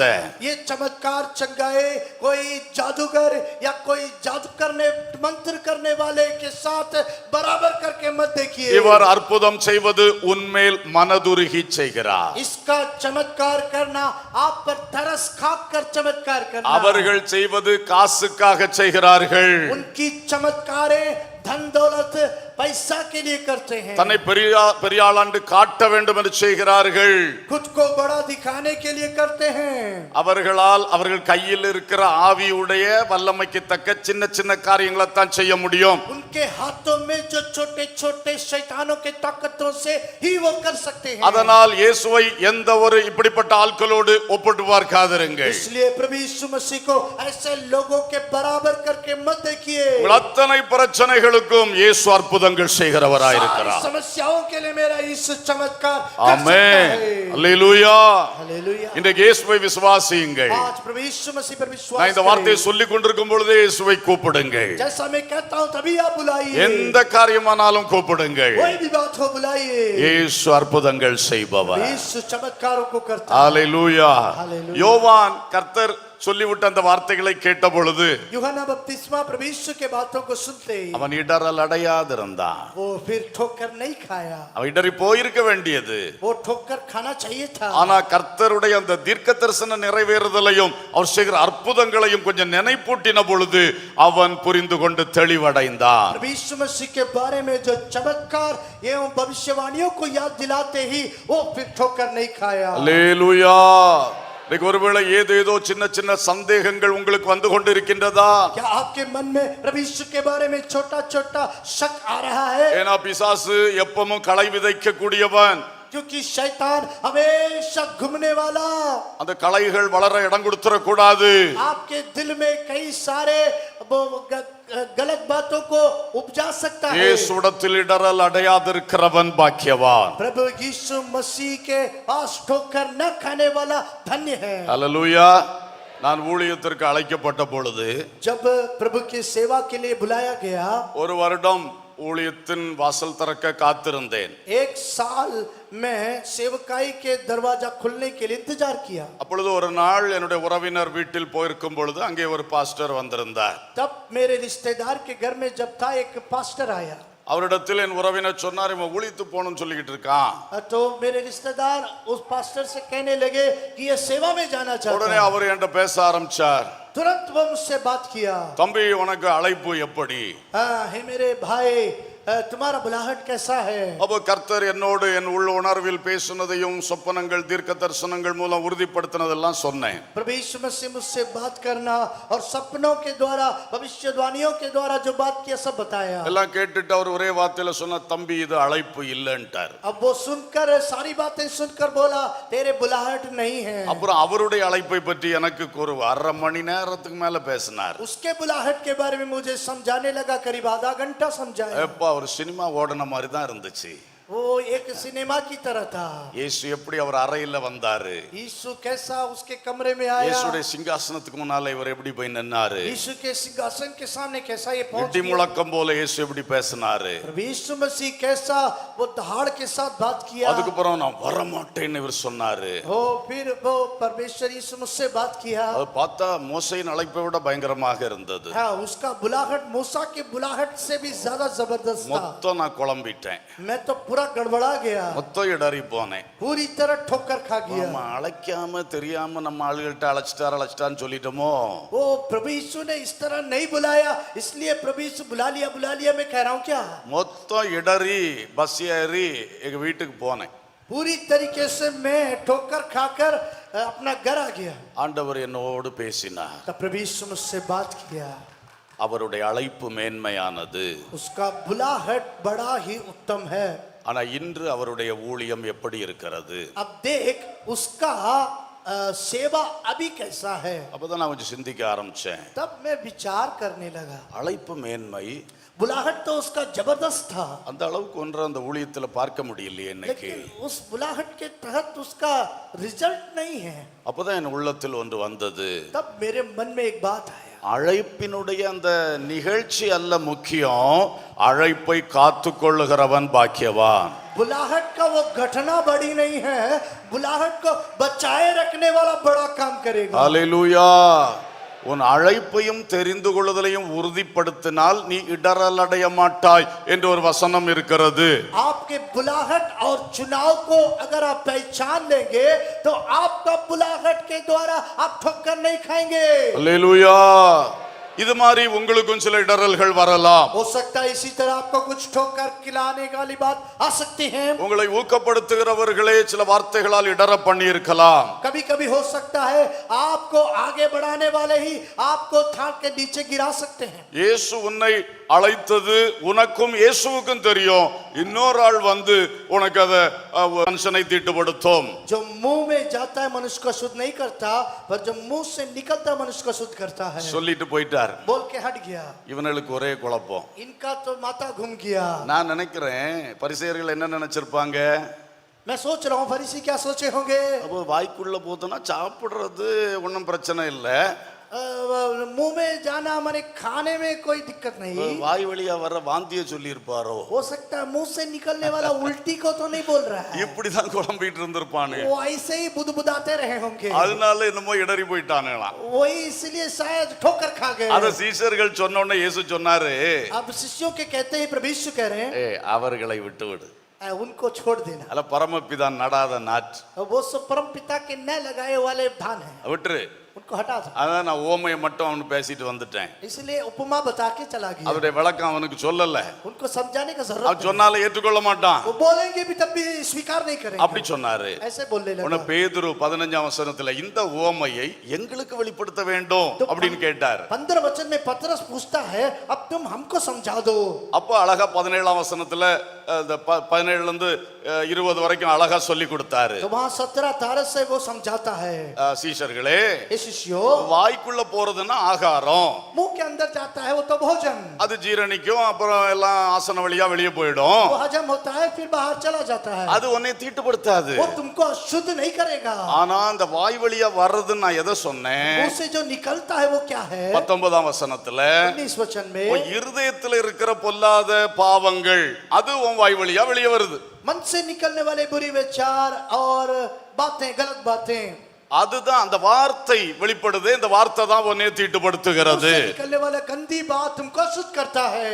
உன் கொலைகார சிந்தனையின் வார்த்தை, तुम्हारे हथियारे वाली वो विचारवादी बातें, விபச்சார சிந்தனையின் வார்த்தை, व्यभिचार वाली बातें, களவு பொய் சாட்சி வார்த்தைகள், झूठी गवाही, निंदामन की बातें, இந்த வார்த்தை தான் ஐயா உன்னை தீட்டுப்படுத்தும். ये शब्द तुमको अशुद्ध करेंगे। அப்ப விளக்கம் சொன்னோம்னா சீஷர்கள் புரிஞ்சுக்கிட்டாங்க. तो जैसे ही समझाया शिष्य समझ गए, அவனுக்கு வெறும் ஓமையை மட்டும் சொல்லிட்டு போயிட்டே இருந்தார். उनको तो सिर्फ उपमा बोल के चले गए। இப்படி நிறைய பேர் இன்னைக்கு இடரல் அடைகிறாங்க. इस तरह कई बातों को लेकर लोग ठोकर खाते இந்த हैं। பைபிளை படிக்கிறவங்க கூட बाइबल पढ़ने वाले भी இயேசுடைய நிறைய வார்த்தைகளை சரியா புரிஞ்சுக்கிட தெரியல. प्रभु यीशु के कई वचनों को समझ नहीं पाते। இந்த பைபிள் வசனத்திலே சந்தேகப்பட்டு இடறி போறவங்க இன்னைக்கு நிறைய பேர் இருக்கிறாங்க. बाइबल वचन को ही शक करने वाले, न समझने वाले बहुत लोग हैं। ஏன்னா நீ ஓமையின் விளக்கத்தை, வசனத்தின் விளக்கத்தை ஆவியானவர் தான் உனக்கு கற்றுத் தருவார். उपमा की या वचन की बातों को समझना पवित्र आत्मा ही करेगा। அல்லேலூயா. உலகத்தில் உள்ள அறிவை வைத்து இதை படித்து அதனுடைய ஆழத்தை புரிந்து கொள்ள முடியாது. दुनिया के ज्ञान को लेकर इसको पढ़कर समझ नहीं पाएंगे। இன்றைக்கு அநேகர் இப்படிதான் ஓமைகளால் அல்லது வசனம் விளங்காததனால் இடரல் அடைந்து கொண்டிருக்கிறார்கள். आज कई सारे लोग इसी तरह उपमा के द्वारा वचन को न समझने के कारण ठोकर खा जाते हैं। உங்களுக்கு யாருக்காவது அப்படிப்பட்ட சந்தேகங்கள் இருக்கிறதா? क्या आपके मन में इस तरह के कुछ शक हैं? நான் தெளிவா சொல்லுவேன், இதற்கும் நேரடியா இயேசுவை மட்டும் கான்டாக்ட் பண்ணுங்க, உங்களுக்கு கிளியரன்ஸ் கிடைக்கும். आप इसके लिए साफ साफ बताता हो, प्रभु यीशु से पूछिए, पवित्र आत्मा समझा देगा। அல்லேலூயா. பாஸ்டர்ஸ்ட கேட்டா நாங்க சொல்லி தருவோம். पासवानों से पूछेंगे, हम लोग समझा तो देंगे। அப்புறம் சில சமயம் உங்களுக்கு இவர் சொன்னது கரெக்டான அடுத்த சந்தேகம் வந்துடும். फिर आपको शक आएगा कि ये पास्टर जो बोले हैं, क्या ये सही है कि नहीं? அதான் சொல்றேன், நீங்க நேரா இயேசுட்ட கேளுங்க. इसलिए मैं पूछता हूँ कि प्रभु यीशु से सीधा पूछिए। நீங்க கேட்டது எங்களுக்கு தெரியாது. आप जो पूछ रहे हैं मुझे तो नहीं पता। அவர் எங்கள் பிரசங்கத்தின் மூலமே உங்களுக்கு பதில கொடுப்பார். हमारे संदेश के द्वारा उसका जवाब आपको मिल जाएगा। அப்ப உங்களுக்கு சந்தேகமே இருக்காது. तब आपको शक नहीं होगा। நான் இயேசுட்ட கேட்டேன், मैंने प्रभु यीशु से पूछा, இயேசு இவர் மூலம் தெளிவா பதில் கொடுத்தாரு. प्रभु इनके द्वारा मुझे साफ साफ समझा दिया। என் அனுபவத்தோட சொல்றேன். मैं अपने अनुभव से बताता हूँ। நான் ஊழியத்துக்கு வந்து கொஞ்ச காலத்துல जब मैं सेवा में आकर कुछ दिन बाद ஒரு கட்டம் திருத்துவத்தை பற்றி பெரிய குழப்பம் உண்டாயிடுச்சு எனக்கு. त्रिएकत्व के बारे में मैं बहुत ही मैं हड़बड़ा गया। நான் வசனத்தை படிச்சு பார்க்கிறேன், புக்ஸை படிச்சு பார்க்கிறேன், ஒரே குழப்பம். वचन पढ़ रहा हूँ, किताबों को पढ़ रहा हूँ, पूरा मन में मुश्किल, குழப்பத்தின் மேல் குழப்பம். बुरी तरीके से मैं गड़बड़ा गया। எப்படி நான் ஜெபம் பண்ணுவேன்னு சொன்னா, प्रार्थना में कैसे करता हूँ? அதாவது என் ஜெபம் வந்து ஸ்ட்ரைட்டா பிதாட்ட போய் சேரணுமா. मेरे प्रार्थना पिता के पास पहुँचना है। அதுக்கு இயேசு மூலம் போகணும்னு ஜெபம் பண்ணுவேன். हाँ, मैं प्रार्थना करता हूँ कि यीशु के द्वारा जाना है। அந்த இயேசு கரெக்டான ஆளா இருக்கணுமே நான் சொல்ற ஆளு. वो प्रभु यीशु एकदम सही आदमी होना चाहिए ना। அதுக்காக இயேசுவை பற்றி எனக்கு எல்லாம் என்ன தெரியுமோ அதெல்லாம் சொல்லுவேன். இப்படி செய்த இயேசு, இங்க வந்த இயேசு, அங்க போன இயேசு, அந்த இயேசுவின் மூலம் கேட்கிறேன் பிதாவே. उसके बारे में ये बता रहा हूँ, वो यीशु जो ऐसा करने वाला यीशु, इस यीशु के द्वारा मैं मांगता हूँ पिता। கொஞ்ச நாள் நான் பட்ட குழப்பத்துக்கு ஒரு எல்லையே கிடையாது. कुछ दिन मैं जो परेशान हुआ इसका सीमा नहीं है। எங்க பாஸ்டர்ட்ட போய் கேட்டுறலாம், நான் பாஸ்டர்ட்ட அப்படி போய் தனியா பேசி பழக்கம் இல்ல, பயம். पास्टर से पूछ सकता हूँ, लेकिन अकेले उनसे मिलने का हौसला वो आदत नहीं है। அப்போ நான் நேரடியா இயேசுவே எனக்கு இதை சொல்லித்தாங்க அப்படின்னு கேட்க ஆரம்பித்தேன். तब मैं सीधा प्रभु यीशु से पूछा कि प्रभु यीशु मुझे समझा दीजिए। அது ரொம்ப நல்லதா முடிஞ்சது.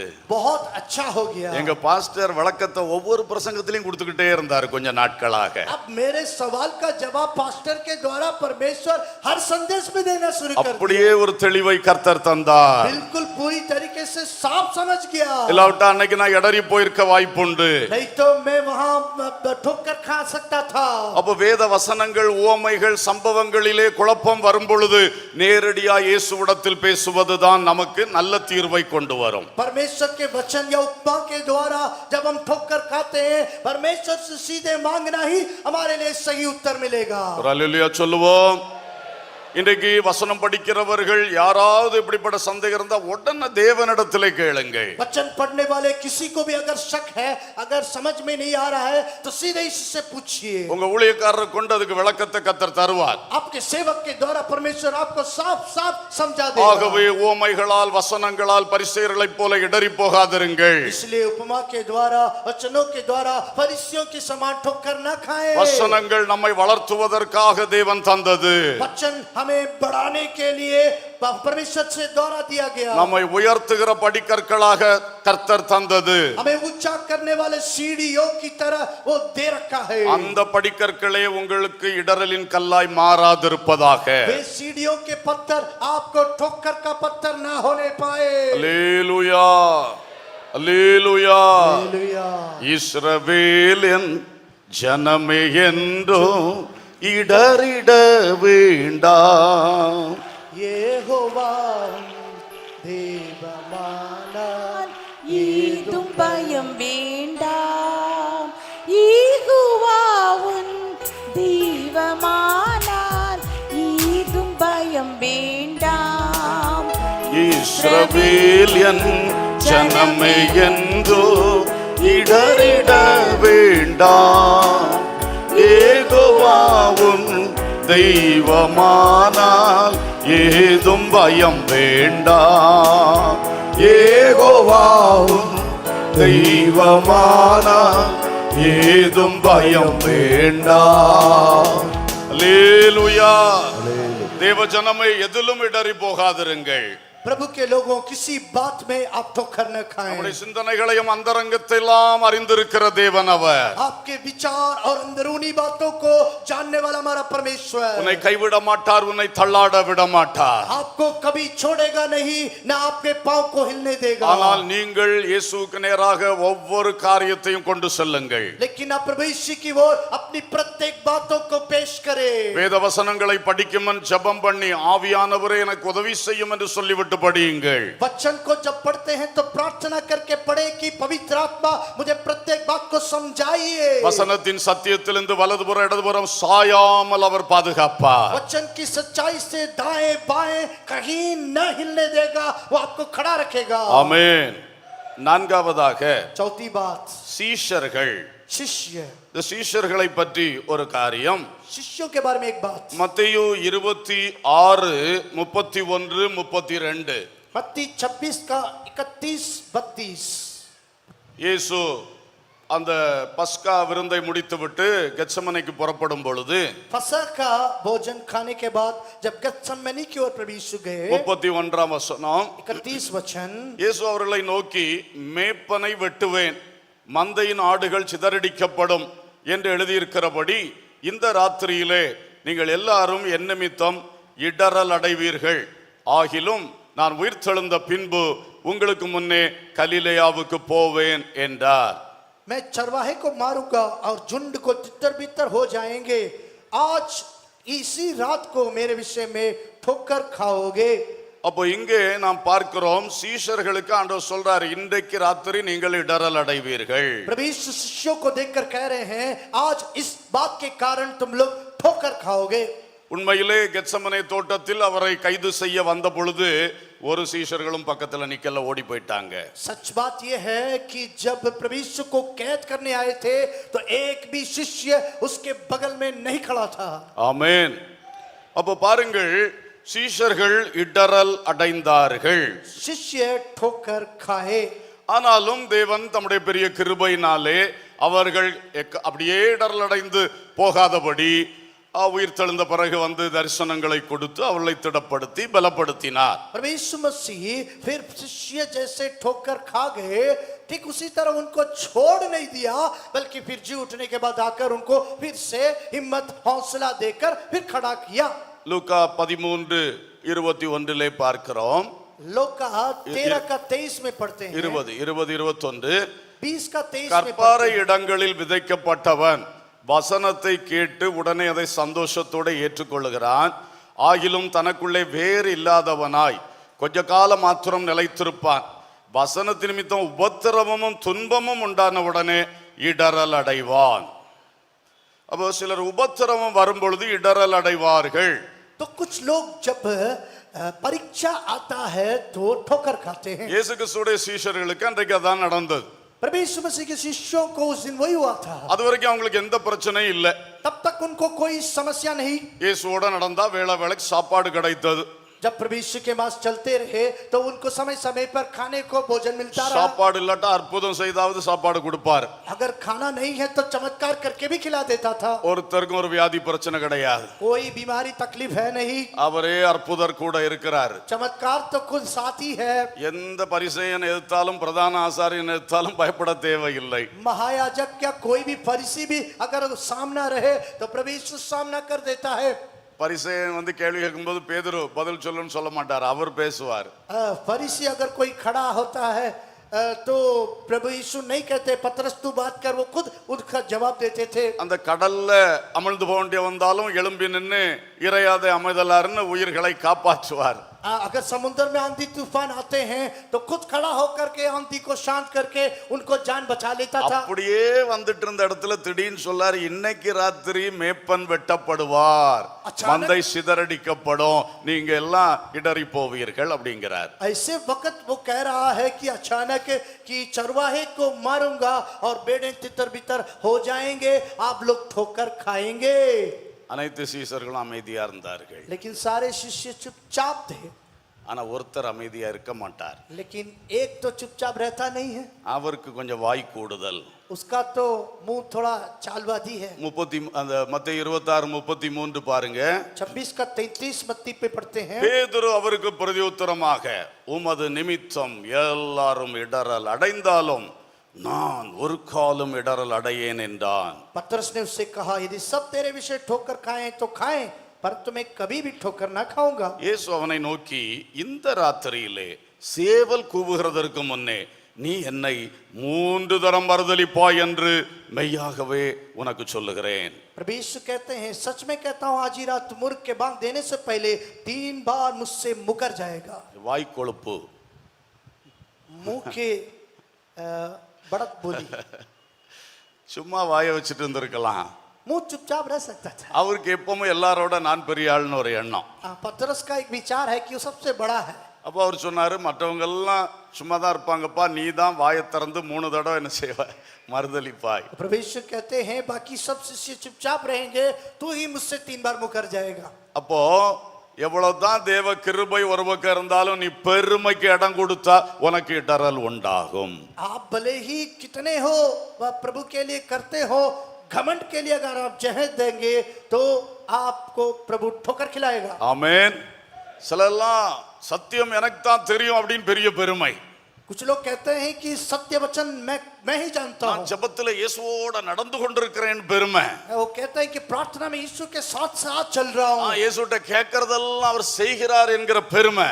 ले प्रभु यीशु से जो भी मांगता हूँ प्रभु यीशु मेरे जीवन में करता है, एक तरफ से घमंड हो जाता है। தயவு செய்து பெருமைப்படாதீங்க. कृपया करके घमंड ना हो। எவ்வளவு சத்தியம் படித்தாலும் எவ்வளவு அபிஷேகத்தில் வல்லமையா இருந்தாலும் பெருமை வந்தால் இடறல் வரும். भले ही आप कितने वचन पढ़े प्रार्थना करें, घमंड आएगा तो ठोकर खाएंगे। அல்லேலூயா. ஏன்னா ஆண்டவர் பெருமைக்காரனுக்கு இப்படித்தான் கொடுப்பார். क्योंकि परमेश्वर घमंडी को यही जवाब करता है। நேபுகாத்நேச்சார் பெருமை பேசினார். नबुकदनेस्सर घमंड से बोलने लगा। மிருகத்தை போல புல்லு சாப்பிட பனியில நனைய வச்சிட்டாரு. वो एक जानवर की तरह घास खाने ओस में उसके पड़ने लगा। ஆளு பெரிய எம்பரர் தான். वो आदमी तो बड़ा चक्रवर्ती है, ஆனா ஆண்டவர்ட்ட நீ பெருமை காட்டினேன்னா உன்னை தரைமட்டமாக்கி போடுவார். लेकिन परमेश्वर के सामने घमंड दिखाएंगे वो आपको मिट्टी चटा देगा। பேதுரு 3.5 வருஷம் கூட நடந்துட்டும் இந்த பெருமை அடிக்கடி தலை தூக்கிடுது. पत्रस 3.5 साल यीशु के साथ चलने के बावजूद ये घमंड उसको कभी कभी सिर से ऊंचा बढ़ने लगा। ஐ எம் சுப்பீரியர் மேன் என்பது அவருடைய எண்ணம். उसके विचार है कि वो थोड़ा सा बड़ा आदमी है। அந்த மாதிரி யாருமே நினைச்சிராதீங்க. आप में से कोई इस तरह न सोचे। ஆண்டவர் உங்களை எவ்வளவு உயர்த்தட்டு, ஆவிக்குரிய விஷயத்துல எவ்வளவு உயர்த்தட்டு, அதுக்கு அந்த இதுக்கு ப்ரொபோர்ஷனேட்டா தாழ்மைப்படணும். आपको परमेश्वर आत्मिक रीति से कितना आशीष करे, आगे बढ़ाए, तब भी आप परमेश्वर के सामने दीन बने रहे। ஹல்லேலூயா. அப்ப பாருங்கள், இது வேணும்னே போய் தேவையில்லாம மாட்டி இடறி விழுந்தது. देखिए वो खुद अपने आप जाकर फंस गया। ஆனாலும் அவன் மனங்கசந்து அழுத பொழுது கர்த்தர் அவனுடைய இடறலை மாற்றி அவனை மறுபடியும் தூக்கி எடுத்தார். फिर भी प्रभु यीशु फिर भी वो जब मन टूट कर रोने लगा, प्रभु उसको फिर से खड़ा किया। அல்லேலூயா.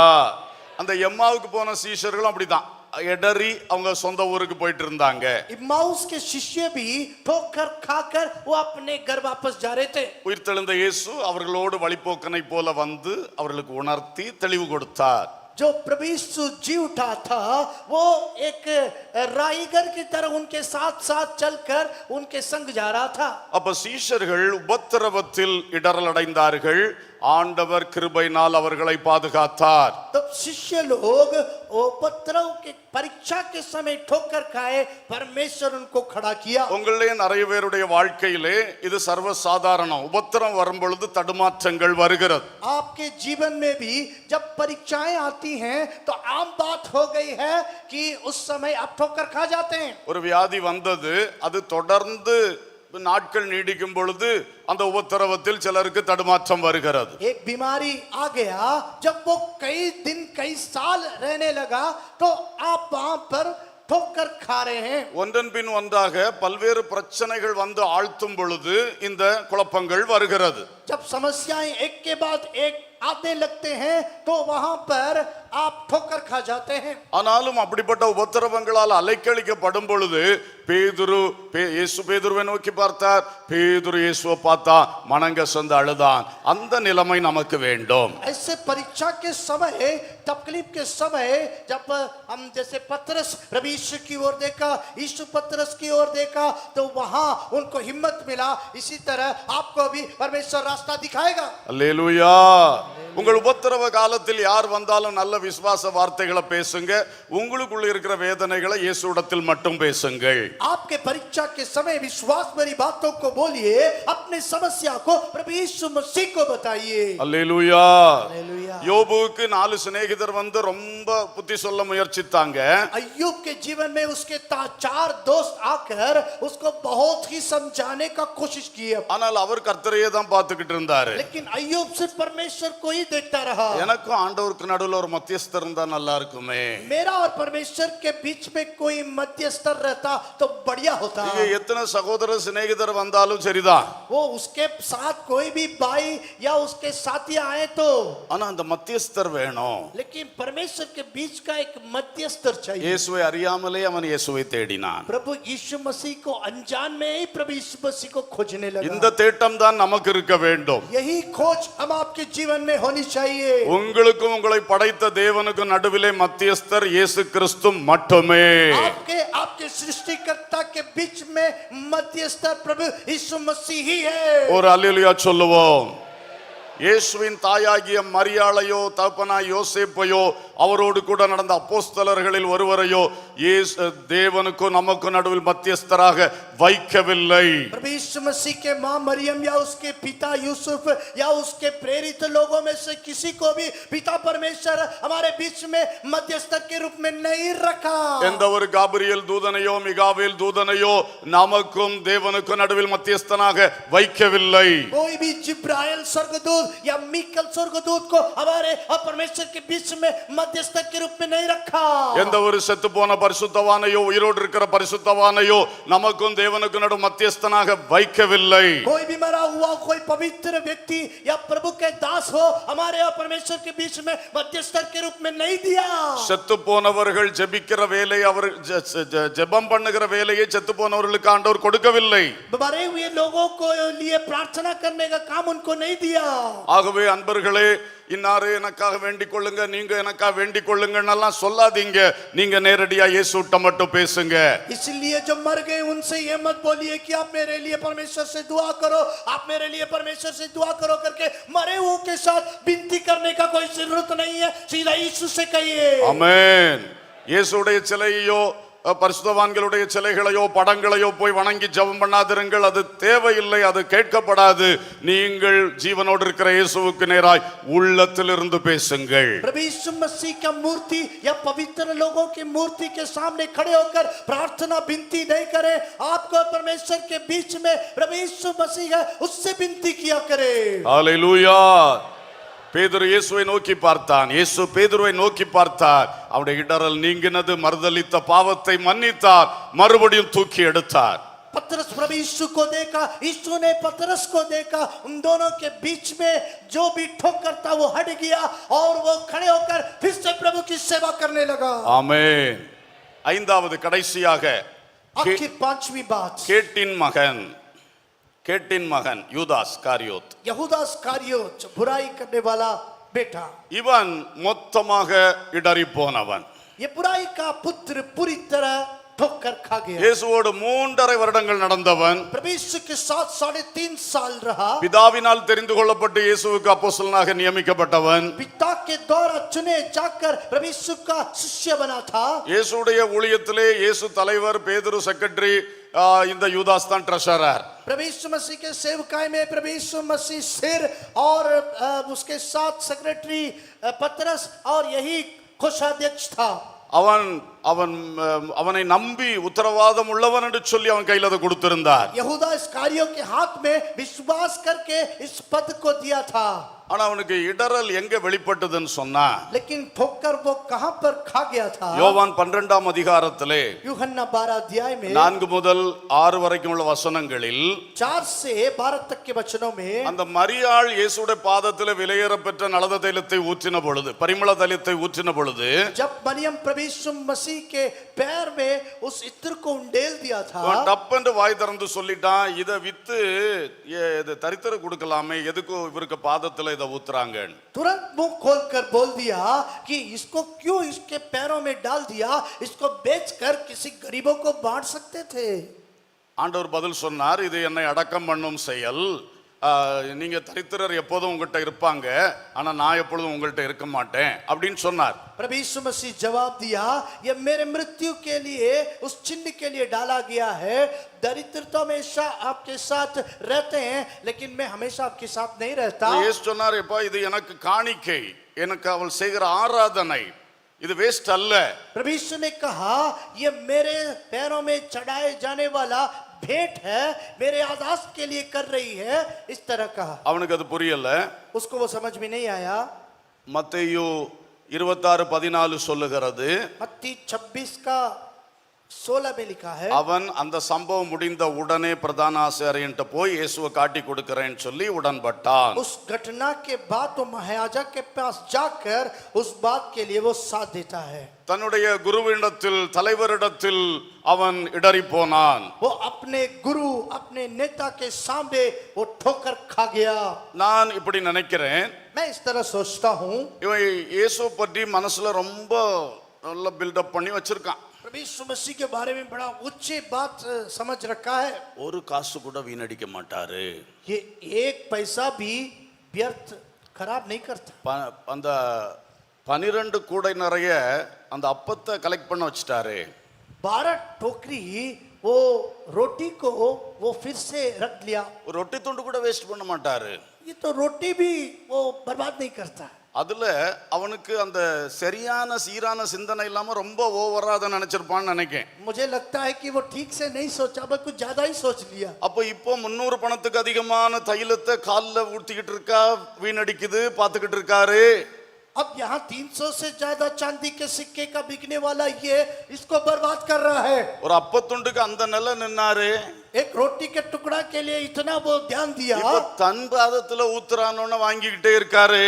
अपना पैर में कुछ बर्बाद कर रहे हैं उसको ले रहा है ये। இடறி இருப்பான். वो ठोकर खा गया, உடனே எதிர்பார்த்திட்டு போயிட்டான். तुरंत वो विरोधी लोगों के पास चला। சில வேளை உங்களுக்கும் சிலருக்கு அப்படிப்பட்ட இடறல்கள் வரலாம். आप में से भी कुछ लोग को इस तरह के ठोकर आएंगे।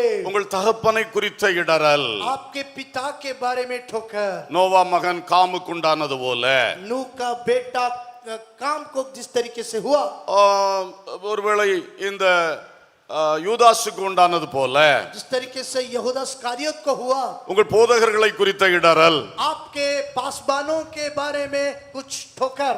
ஆனால் நீங்கள் புரிந்து கொள்ள வேண்டும், आपको समझने वाली एक बात है, அவருடைய ஒரு செயலையும் இன்னொரு செயலையும் நீங்க முடிச்சு போட்டு பாக்குறீங்க. आप उसका एक दूसरे घटनाओं को आप उसको बांध दे देख रहे நான் हैं। நினைக்கிறேன் யூதாஸ் அந்த 12 கூடையும் இந்த தளத தைலத்தையும் முடிச்சு போட்டு பாக்குறான். हो सकता है, मैं सोचता हूँ यहूदा इस्करियोत उस 12 टोकरी के रोटी और इस इत्र को दोनों को एक बराबर देख रहा है। இது உங்களுக்குள் எழும்புகிற ஒரு சிந்தனை, ये आपके अंदर उठने वाले विचार, அது இடறலை உண்டாக்கிற்று. वो उसको ठोकर खिला दिया। ஆனா இயேசு சொன்ன பதில் அவனுக்கு புரியல.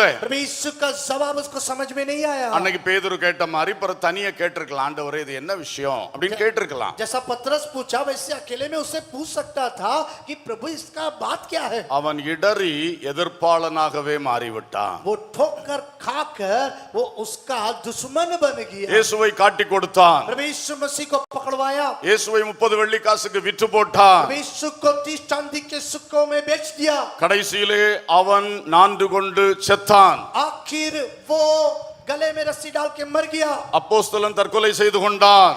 एक प्रेरित वो खुदकुशी कर लिया। காரணம் இடறல். कारण है ठोकर। ஆகவே இயேசுவிடத்தில் ஒரு பொழுதும் இடறல் அடையக்கூடாது. इसलिए प्रभु यीशु मसीह के द्वारा कभी भी ठोकर न खाए। இந்த வேதத்தில் எழுதி இருக்கிற அத்தனையும் சிலவேளை நமக்கு புரியாம இருக்கலாம். बाइबल में लिखी हुई सारी की सारी बातें हो सकता है समझ में ना आए, ஆனாலும் இயேசுவையே நான் பின்பற்றுவேன். लेकिन मैं यीशु मसीह का ही पीछा करूंगा। யார் ஒருவேளை சில மனிதர்களிடத்தில் இடறல் உண்டாகலாம், हो सकता है कोई इंसान के द्वारा आप ठोकर खाएंगे, அதுக்கு இடம் கொடுக்காதீங்க. उसके लिए जगह न சரி, दीजिए। அவர் செய்யறதை கர்த்தர் பார்த்துக்கிட்டோம், நான் வசனத்தின் வழியில் நடப்பேன். वो जो हो रहा है प्रभु देख लेगा, मैं परमेश्वर के वचनानुसार चलूंगा। எனக்கு அவரை தகப்பனா வச்சிருக்கிறார், நான் கீழ்ப்படிவேன். मैं उसका वो मेरा पिता है, उसकी बात को मानूंगा। எனக்கு அவரை போதகரா வச்சிருக்கிறார், நான் கீழ்ப்படிவேன். मेरे लिए वो एक पासबान दिया है, उसका बात मानूंगा। அது நமக்கு ஆசீர்வாதம். ये हमारे लिए आशीष है। அவர் காரியத்தை ஆண்டவர் பார்த்துக்கிட்டோம். उसकी बातों को वो देख लेगा, இடறல் அடையாதிருங்கள். लेकिन ठोकर न खाए। பல வேளைகள்ல நாம நினைக்கிறது போல விஷயம் உண்மையில இருக்காது. कई बार जैसा हम सोचते हैं वैसे बात होता नहीं है। நம்ம சில சம்பவங்களை கனெக்ட் பண்ணி அப்படியே முடிச்சு போடுவோம். कुछ घटनाओं को मिलाकर हम उसको ये ऐसा है करके सोच लेते हैं, உள்ளான உண்மையான விவரங்கள் நமக்கு தெரியாது. लेकिन असली बात हमको समझ में नहीं आता। அல்லேலூயா. சிலர் தவறு செய்யலாம். कभी कभी कोई गलत कर सकता। நோவா தவறு செய்தார், नूह गलत किया था, கர்த்தர் அவரை சரிப்படுத்தினார். परमेश्वर ने उसको ठीक किया। ஆனால் இந்த காம் போய் சகோதரர்கிட்ட சொல்லி இருக்க கூடாது. लेकिन ये हाम उसके भाइयों को नहीं बोलना था, அவனே தகப்பனுடைய நிர்வாணத்தை மூடி இருக்க வேண்டும். उसी को उसको ढक देना चाहिए था, இடறி போனான். लेकिन ठोकर खा गया। இவரே இப்படியா? मेरा पापा ऐसा है, அன்னைமாரை கேட்டீங்களா? मेरे भैया लोग सुना, தலைமுறைகளுக்கு சாபம் வந்துருச்சே. उनके पीढ़ियों के ऊपर वो शराब आ गया। இடறி போகாதிருங்கள். इसलिए ठोकर न खाएं, எந்த இடத்துல இடறலுக்கு இடம் கொடுக்காதீங்க. किसी भी जगह ठोकर का जगह न दे। உங்கள் பாதைக்கு ஆண்டவர் நல்ல வெளிச்சம் தந்திருக்கிறார். आपके रास्ते के लिए परमेश्वर रोशनी दिया। வசனத்தை பிடித்துக் கொண்டு முன் செல்லுங்கள். वचन को लेकर आगे बढ़िए। எந்த காரியத்திலும் இடறல் அடையாதிருங்கள். किसी बात पर ठोकर न எந்த खाएं, மனிதரிடத்திலும் இடறல் அடையாதிருங்கள். किसी इंसान पे द्वारा ठोकर न எந்த खाएं, சூழ்நிலையிலும் இடறல் அடையாதிருங்கள். किसी परिस्थिति पर ठोकर न खाएं, இயேசுவிடத்திலும் இடறல் அடையாதிருங்கள். यीशु मसीह से भी ठोकर न खाएं। கர்த்தர் கிருபை செய்வாராக. परमेश्वर हम पर अनुग्रह எல்லாரும் करें। முழங்கால் படியிடுவோம். आइए सब लोग घुटने टेकेंगे, கர்த்தரை நோக்கி பார்வோம். परमेश्वर की ओर देखेंगे। இடரலற்ற ஒரு வாழ்க்கை தருவாராக. ठोकर न खाने वाला एक जिंदगी। காலையில நம்ம அறிக்கை செய்து ஜெபம் பண்ணோம், எங்களால் உண்டான இடரல்களை மன்னியும் என்று. सुबह हमने प्रार्थना किया, हमारे द्वारा ठोकर खाए बातों से हमें बचाइए। இப்பொழுது இயேசுவே, நான் எதிலும் இடறி போகாம உங்க வருகையில உங்களை சந்திக்கணும் நம்ம ஜெபம் பண்ண अब போகிறோம். आप प्रार्थना कीजिए, प्रभु हम ठोकर न खाएं, आपके आगमन में जाना है। எல்லாரும் கண்களை மூடுவோம். अपने आंखों को बंद करें। இந்த ஜெபம்னு சொன்னோன்னே ஏன் எழும்பி போறீங்க சிலர்? प्रार्थना बोलते ही कुछ लोग उठकर जा रहे हैं। क्यों उठ के जा रहे हैं? எந்த கூட்டத்திலும் இப்படி செய்யாதீங்க. कहीं भी ऐसा मत करें। நீங்களும் அந்த ஆசீர்வாதத்தை இழந்து வெளியே போறீங்க. आप ही आशीष को खोएंगे। மற்றவர்களை ஜெபிக்கிறவங்கள போய் டிஸ்டர்ப் பண்ணிட்டு போறீங்க. दूसरों जो प्रार्थना कर रहे हैं उनका भी डिस्टर्ब कर रहे हैं। இனி ஒருவரும் எழும்ப கூடாது. कोई भी उठना नहीं। எல்லாரும் ஜெபம் பண்ணுங்க. सब लोग हाथ जोड़ के நல்ல प्रार्थना कीजिए। கண்களை மூடி கர்த்தரை நோக்கி பாருங்கள். आंख बंद करके परमेश्वर की ओर देखिए। வாய் திறந்து பேசுங்கள். मुंह खोलकर प्रार्थना कीजिए। பேசுங்க. बात कीजिए। ஏதாவது இடறல் இருக்குன்னா இப்ப வாய் திறந்து பேசுங்க. अगर कोई ठोकर है तो मुंह खोलकर बोलिए। இதை பற்றி இயேசு உங்களுக்கு பேசி இருக்கிற இந்த நாளிலே हाँ, इस बात के बारे में प्रभु यीशु ने आज जो बोला है, யார பற்றியாவது இடறல் இருக்கிறதா? किसी के बारे में ठोकर है? இயேசுவின் மேல ஏதாவது இடறலான சிந்தை இருக்கிறதா? यीशु के बारे में क्या कोई ठोकर है? வசனம் படித்ததுல ஏதாவது ஒரு இடறலான சிந்தை இருக்கிறதா? वचन पढ़ने के समय में कोई ठोकर की बातें இப்ப அப்படியே சொல்லுங்க, அதை சொல்லுங்க उसको ஆண்டவர்ட்ட. बोलिए, उसको बोलिए, उसको बोलिए। मुंह खोलकर அப்படியே बोलिए। தெளிவா வார்த்தைகளை கொண்டு பேசுங்கள். साफ अपने होठों को खोलकर बोलिए। உன் சொந்த தகப்பன் மேல் இடறலா? अपने पिता के साथ ठोकर है? வேற யார் மேல் இடறல்? किसी के ऊपर ठोकर है? வசனத்திலா? वचन में है क्या? இயேசு நடத்துகிற அந்த நடத்திப்புலா? प्रभु यीशु की अगुवाई पे? வாய் திறந்து சொல்லுங்க. मुंह खोलकर बोलिए। மறைக்காதிருங்கள். छिपाइए मत। வாய் திறந்து சொன்னா அதுக்கு விடுதலை வரும். मुंह खोलकर बोलेंगे, छुटकारा मिलेगा। இன்றைக்கு இயேசு அந்த விடுதலை உங்களுக்கு தருவார். आज प्रभु यीशु छुटकारा को देगा। தெளிவா சொல்ல போகிறீர்கள். साफ साफ बताने जा रहे हैं। உங்களை நாளை காலை பிரசங்கத்திலே அதுக்கு பதில் வரும். कल सुबह संदेश में उसका जवाब आएगा। அல்லது நீங்க திரும்ப படிக்கிற பைபிள் வசனங்கள் மூலம் அதுக்கு பதில் கிடைக்கும். या फिर आप बाइबल कभी पढ़ेंगे तो उसके द्वारा आपको मिलेगा। இன்று இரவு ஒரு சொப்பனத்திலே பதில் கிடைக்கலாம். हो सकता है आज रात सपने में प्रभु आपको उसका இப்போ जवाब देगा। இப்போ இந்த ஜெபத்திலே தரிசனங்களை हो தரலாம். सकता है अभी इस प्रार्थना के वक्त दर्शन मिलेगा। ஆனால் நீங்க விசுவாசத்தோடு ஆண்டவர் நோக்கி பாருங்க. बड़े विश्वास के साथ प्रभु यीशु की ओर देखिए। ஆமென். आमीन। ரோட்ல நடக்கும் பொழுது எந்த ஒரு கல்லிலும் தடுக்காம போகணும்னு நம்ம பிரயாசப்படுறோம். रोड में चलते समय हम कोशिश करते हैं किसी भी पत्थर से ठोकर न खाएं। அதே மாதிரி தான் இதுவும். ठीक उसी प्रकार ये है। ஆவிக்குரிய ஜீவியத்துல நான் இடறிடக்கூடாது. आत्मिक जीवन में ठोकर मुझे नहीं खाना है। ஹalleluya. என் பாதம் கல்லில் இடராதபடி पाप के ठोकर में पत्थर में न लगे। அவர் தம்முடைய தூதர்களுக்கு கட்டளை இடுகிறார். वो अपने दूतों को आज्ञा देता है। என்னுடைய ஆவிக்குரிய ஜீவியத்திலே நான் இடராதபடி आत्मिक जीवन में हम ठोकर न பரிசுத்த ஆவியானவர் என்னை காத்துக் கொள்ளுகிறார். पवित्र आत्मा मुझे संभालेगा। ஹalleluya. ஹalleluya. என் ஆத்துமாவை கலங்கிடாதே, உன்னத தேவன் உன் அடைக்கலமே. என் ஆத்துமாவை கலங்கிடாதே, உன்னத தேவன் உன் அடைக்கலமே. வானமோ பூமியோ தானம் விட்டு நிலை மாறினாலோ, வானமோ பூமியோ தானம் விட்டு நிலை மாறினாலோ, என் ஆத்துமாவே கலங்கிடாதே, என் ஆத்துமாவே எதிலும் கலங்காது, எதிலும் இடராதே. என் ஆத்துமாவே கலங்கிடாதே, உன்னத தேவனும் அடைக்கலமே. மரணமே வந்தாலும் அருளாதே, சரணடைந்தால் தைரியம் தந்திடுவார். மரணமே வந்தாலும் அருளாதே, சரணடைந்தால் மிஞ்சி மிஞ்சி போனா மரணம் தானே, அதிலும் இயேசு நமக்கு அடைக்கலமானவர். ஜீவனையே அரண் அவர், ஆபத்தில் திரணமாய் மதிப்பாய் உன் ஜீவனையே. என் ஆத்துமாவை கலங்கிடாதே, மரணமே வந்தாலும் இயேசுவை விட்டு விலக மாட்டேன். என் ஆத்துமா கலங்க தடுமாற இடமே கொடுக்க மாட்டேன். என் ஆத்துமாவே நீ ஏன் கலங்குகிறாய்? என் சிந்தையே நீ ஏன் தடுமாறுகிறாய்? ஏன் விசுவாசத்தில் பலவீனப்படுகிறாய்? உன் இயேசுவை உறுதியாய் விசுவாசி என்று உங்கள் ஆத்துமாவுக்கு நீங்களே கட்டளை கொடுங்கள். என் ஆத்துமாவை கலங்கிடாதே, உன்னத தேவன் உன் அடைக்கலமே. என் ஆத்துமாவை கலங்கிடாதே, என் ஆத்துமாவே ஒரு நாள் கலங்காதே, இயேசுவை உறுதியாய் பற்றிக்கொள். ஆமென். ஹalleluya. பரிசுத்த ஆவியானவர் இந்த ராத்திரி வேளையிலே இடறல்களை அகற்றுகிறவராய், தடுக்கல்களை மாற்றுகிறவராய், தடுமாற்றங்களை மாற்றுகிறவராய். ஆமென். ஒவ்வொருவர் மேல் அசைவாடும், ஒவ்வொருவர் மேல் அசைவாடும். ஆமென். விசுவாசத்தின் ஆரம்ப படிகளில் நிற்கிற பிள்ளைகளுக்கு விசேஷித்தவர் கிருபை ஊற்றும். விசுவாசத்தில் வளர்ந்த பிள்ளைகளுக்கோ யோவான் ஸ்நாபகனை போல ஏதாயிலும் சந்தேகங்கள் வந்துவிட்டதோ, கர்த்தருடைய கிருபை இறங்கட்டும், கிருபை இறங்கட்டும். தெளிந்த சிந்தையை தருகிற கிருபை. ஆமென். தெளிவான விசுவாசத்தை தருகிற கிருபை. ஒரு அல்லபா கபா ரபா சந்துரா.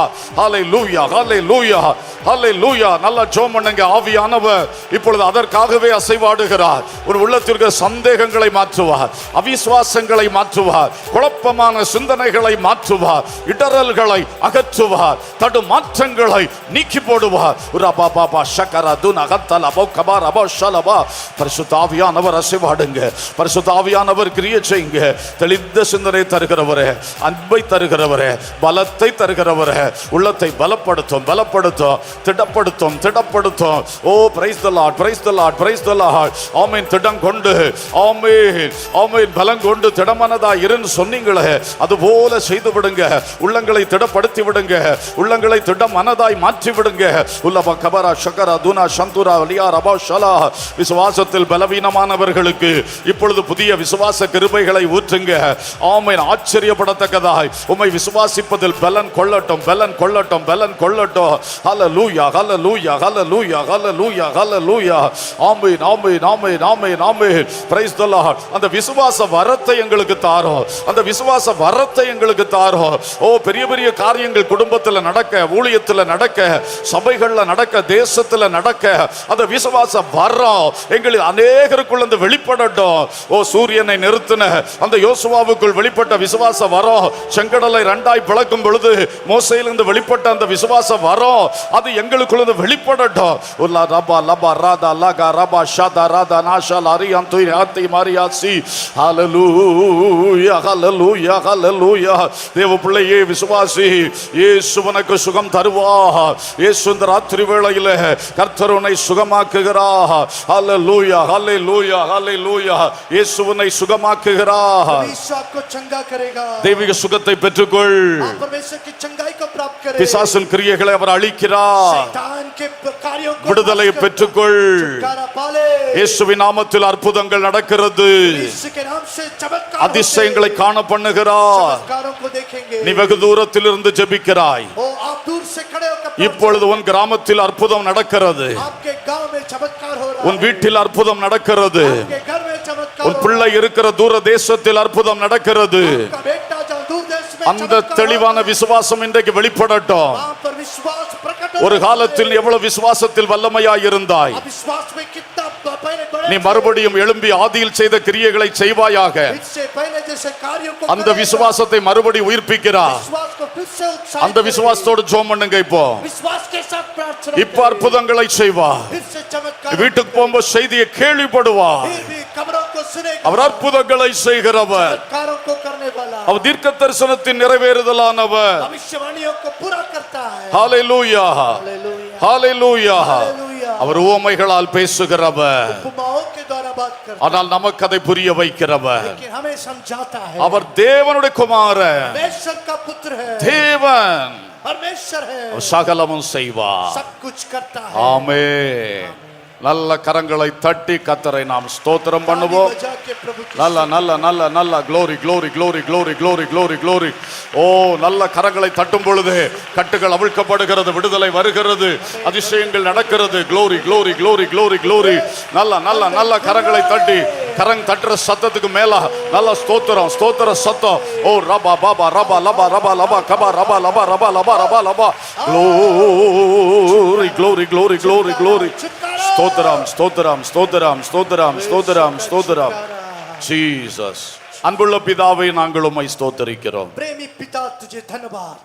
இடரலற்றவர்களாய் இருங்கள் என்று சொன்னீர். आपने आपने कहा ठोकर न खाओ। உம்முடைய வருகைக்கு பக்கத்திலே வாழ்ந்து கொண்டிருக்கிற நாங்கள் तेरे आगमन के नजदीक में जो हम जी रहे हैं, யாதொன்றிலும் இடறி போகாதபடி, किसी बात पे ठोकर न खाएं, யாரிடத்திலும் இடறி போகாதபடி, किसी भी जगह में ठोकर न खाएं, இயேசுவிடத்திலும் இடறல் அடையாதபடி प्रभु यीशु मसीह पर भी ठोकर न खाएं, எங்களை காத்து நடத்தும். हमें सुरक्षित रख आगे बढ़ा, இரத்த கோட்டைக்குள் மறையும், लहू के बाड़े में सुरक्षित, வலுவாமல் காத்துக்கொள்ளும், फिसलने न दे समान, கரைதரை இல்லாமல் பிதாவுக்கு பின்னாலே கொண்டு நிறுத்தும். हमें निष्कलंक निर्मल होकर पिता के सामने खड़ा कर, சபை முழுவதிலும் இந்த கிரியை வெளிப்படட்டும். कलीसिया हर कोने कोने में होने पाए, ஆசீர்வதியும். आशीषित இந்த कर। இரவு பாளையத்தின் நடுவிலே இயேசு உலாவ வேண்டும் என்று வேண்டிக் கொள்ளுகிறோம். हम प्रार्थना करते हैं आज रात इस छावनी में अनेक- प्रभु यीशु मंडल आए, அநேகருடைய வாழ்க்கையில் திட்டவட்டமான கிரியைகள் நடக்க வேண்டும் என்று வேண்டிக் கொள்ளுகிறோம். हर एक के जीवन में कार्य होने के लिए हम प्रार्थना நாளை करते हैं। பரிசுத்த ஆராதனை ஆசீர்வதிப்பீராக. कल पवित्र आराधना को आशीष कर, தெரிந்து கொண்ட எல்லாரையும் அழைத்து வருவீராக. चुने हुए हर किसी को लेकर आ। நீங்க மேடையில நின்னு ஊழியம் செய்யுங்க அப்பா. हे पिता, आप मंच पे रखकर काम कर, ஆண்டவருடைய ஆளுகைக்குள் முழுவதையும் வைத்து நடத்துங்கப்பா. आत्मा की हुकूमत पर हम समर्पण करते हैं। இயேசு உலாவ வேண்டும், प्रभु यीशु के नाम में தோட்டத்தில் உலாவ வேண்டும் அப்பா. आप इस बगीचे में मंडल आए, ஒவ்வொரு இடத்திலும் கிரியை செய்யணும். प्रत्येक के जीवन में कार्य कर, ஆசீர்வதியும், आशीषित कर, பொறுப்படும். आप संभाल। சகல மகிமையும் துதியும் கனமும் உமக்கே செலுத்துகிறோம். सारे आदर महिमा स्तुति तुझे दे, இயேசுவின் நாமத்தில் கேட்கிறோம் ஜீவனுள்ள பிதாவே, प्रभु यीशु के नाम से मांगते हैं, ஆமென். आमीन। என் ஆத்துமாவே கர்த்தரை ஸ்தோத்திரி, என் முழு உள்ளமே அவருடைய பரிசுத்த நாமத்தை ஸ்தோத்திரி. என் ஆத்துமாவே கர்த்தரை ஸ்தோத்திரி, அவர் செய்த சகல உபகாரங்களை மறவாதே. ஆமென். நம்முடைய கர்த்தராகிய இயேசு கிறிஸ்துவின் கிருபையும் பிதாவாகிய தேவனுடைய அன்பும் பரிசுத்த ஆவியானுடைய ஐக்கியமும் சிநேகமும் ஆளுகையும் பாதுகாவலும் நம் அனைவரோடும் சகல பரிசுத்தவான்களோடும் நாளை பரிசுத்த ஆராதனையோடும் தொடர்ந்து இருப்பதாக. ஆமென். அல்லேலூயா, அல்லேலூயா, அல்லேலூயா. ஸ்தோத்திரம். அன்பான உள்ளே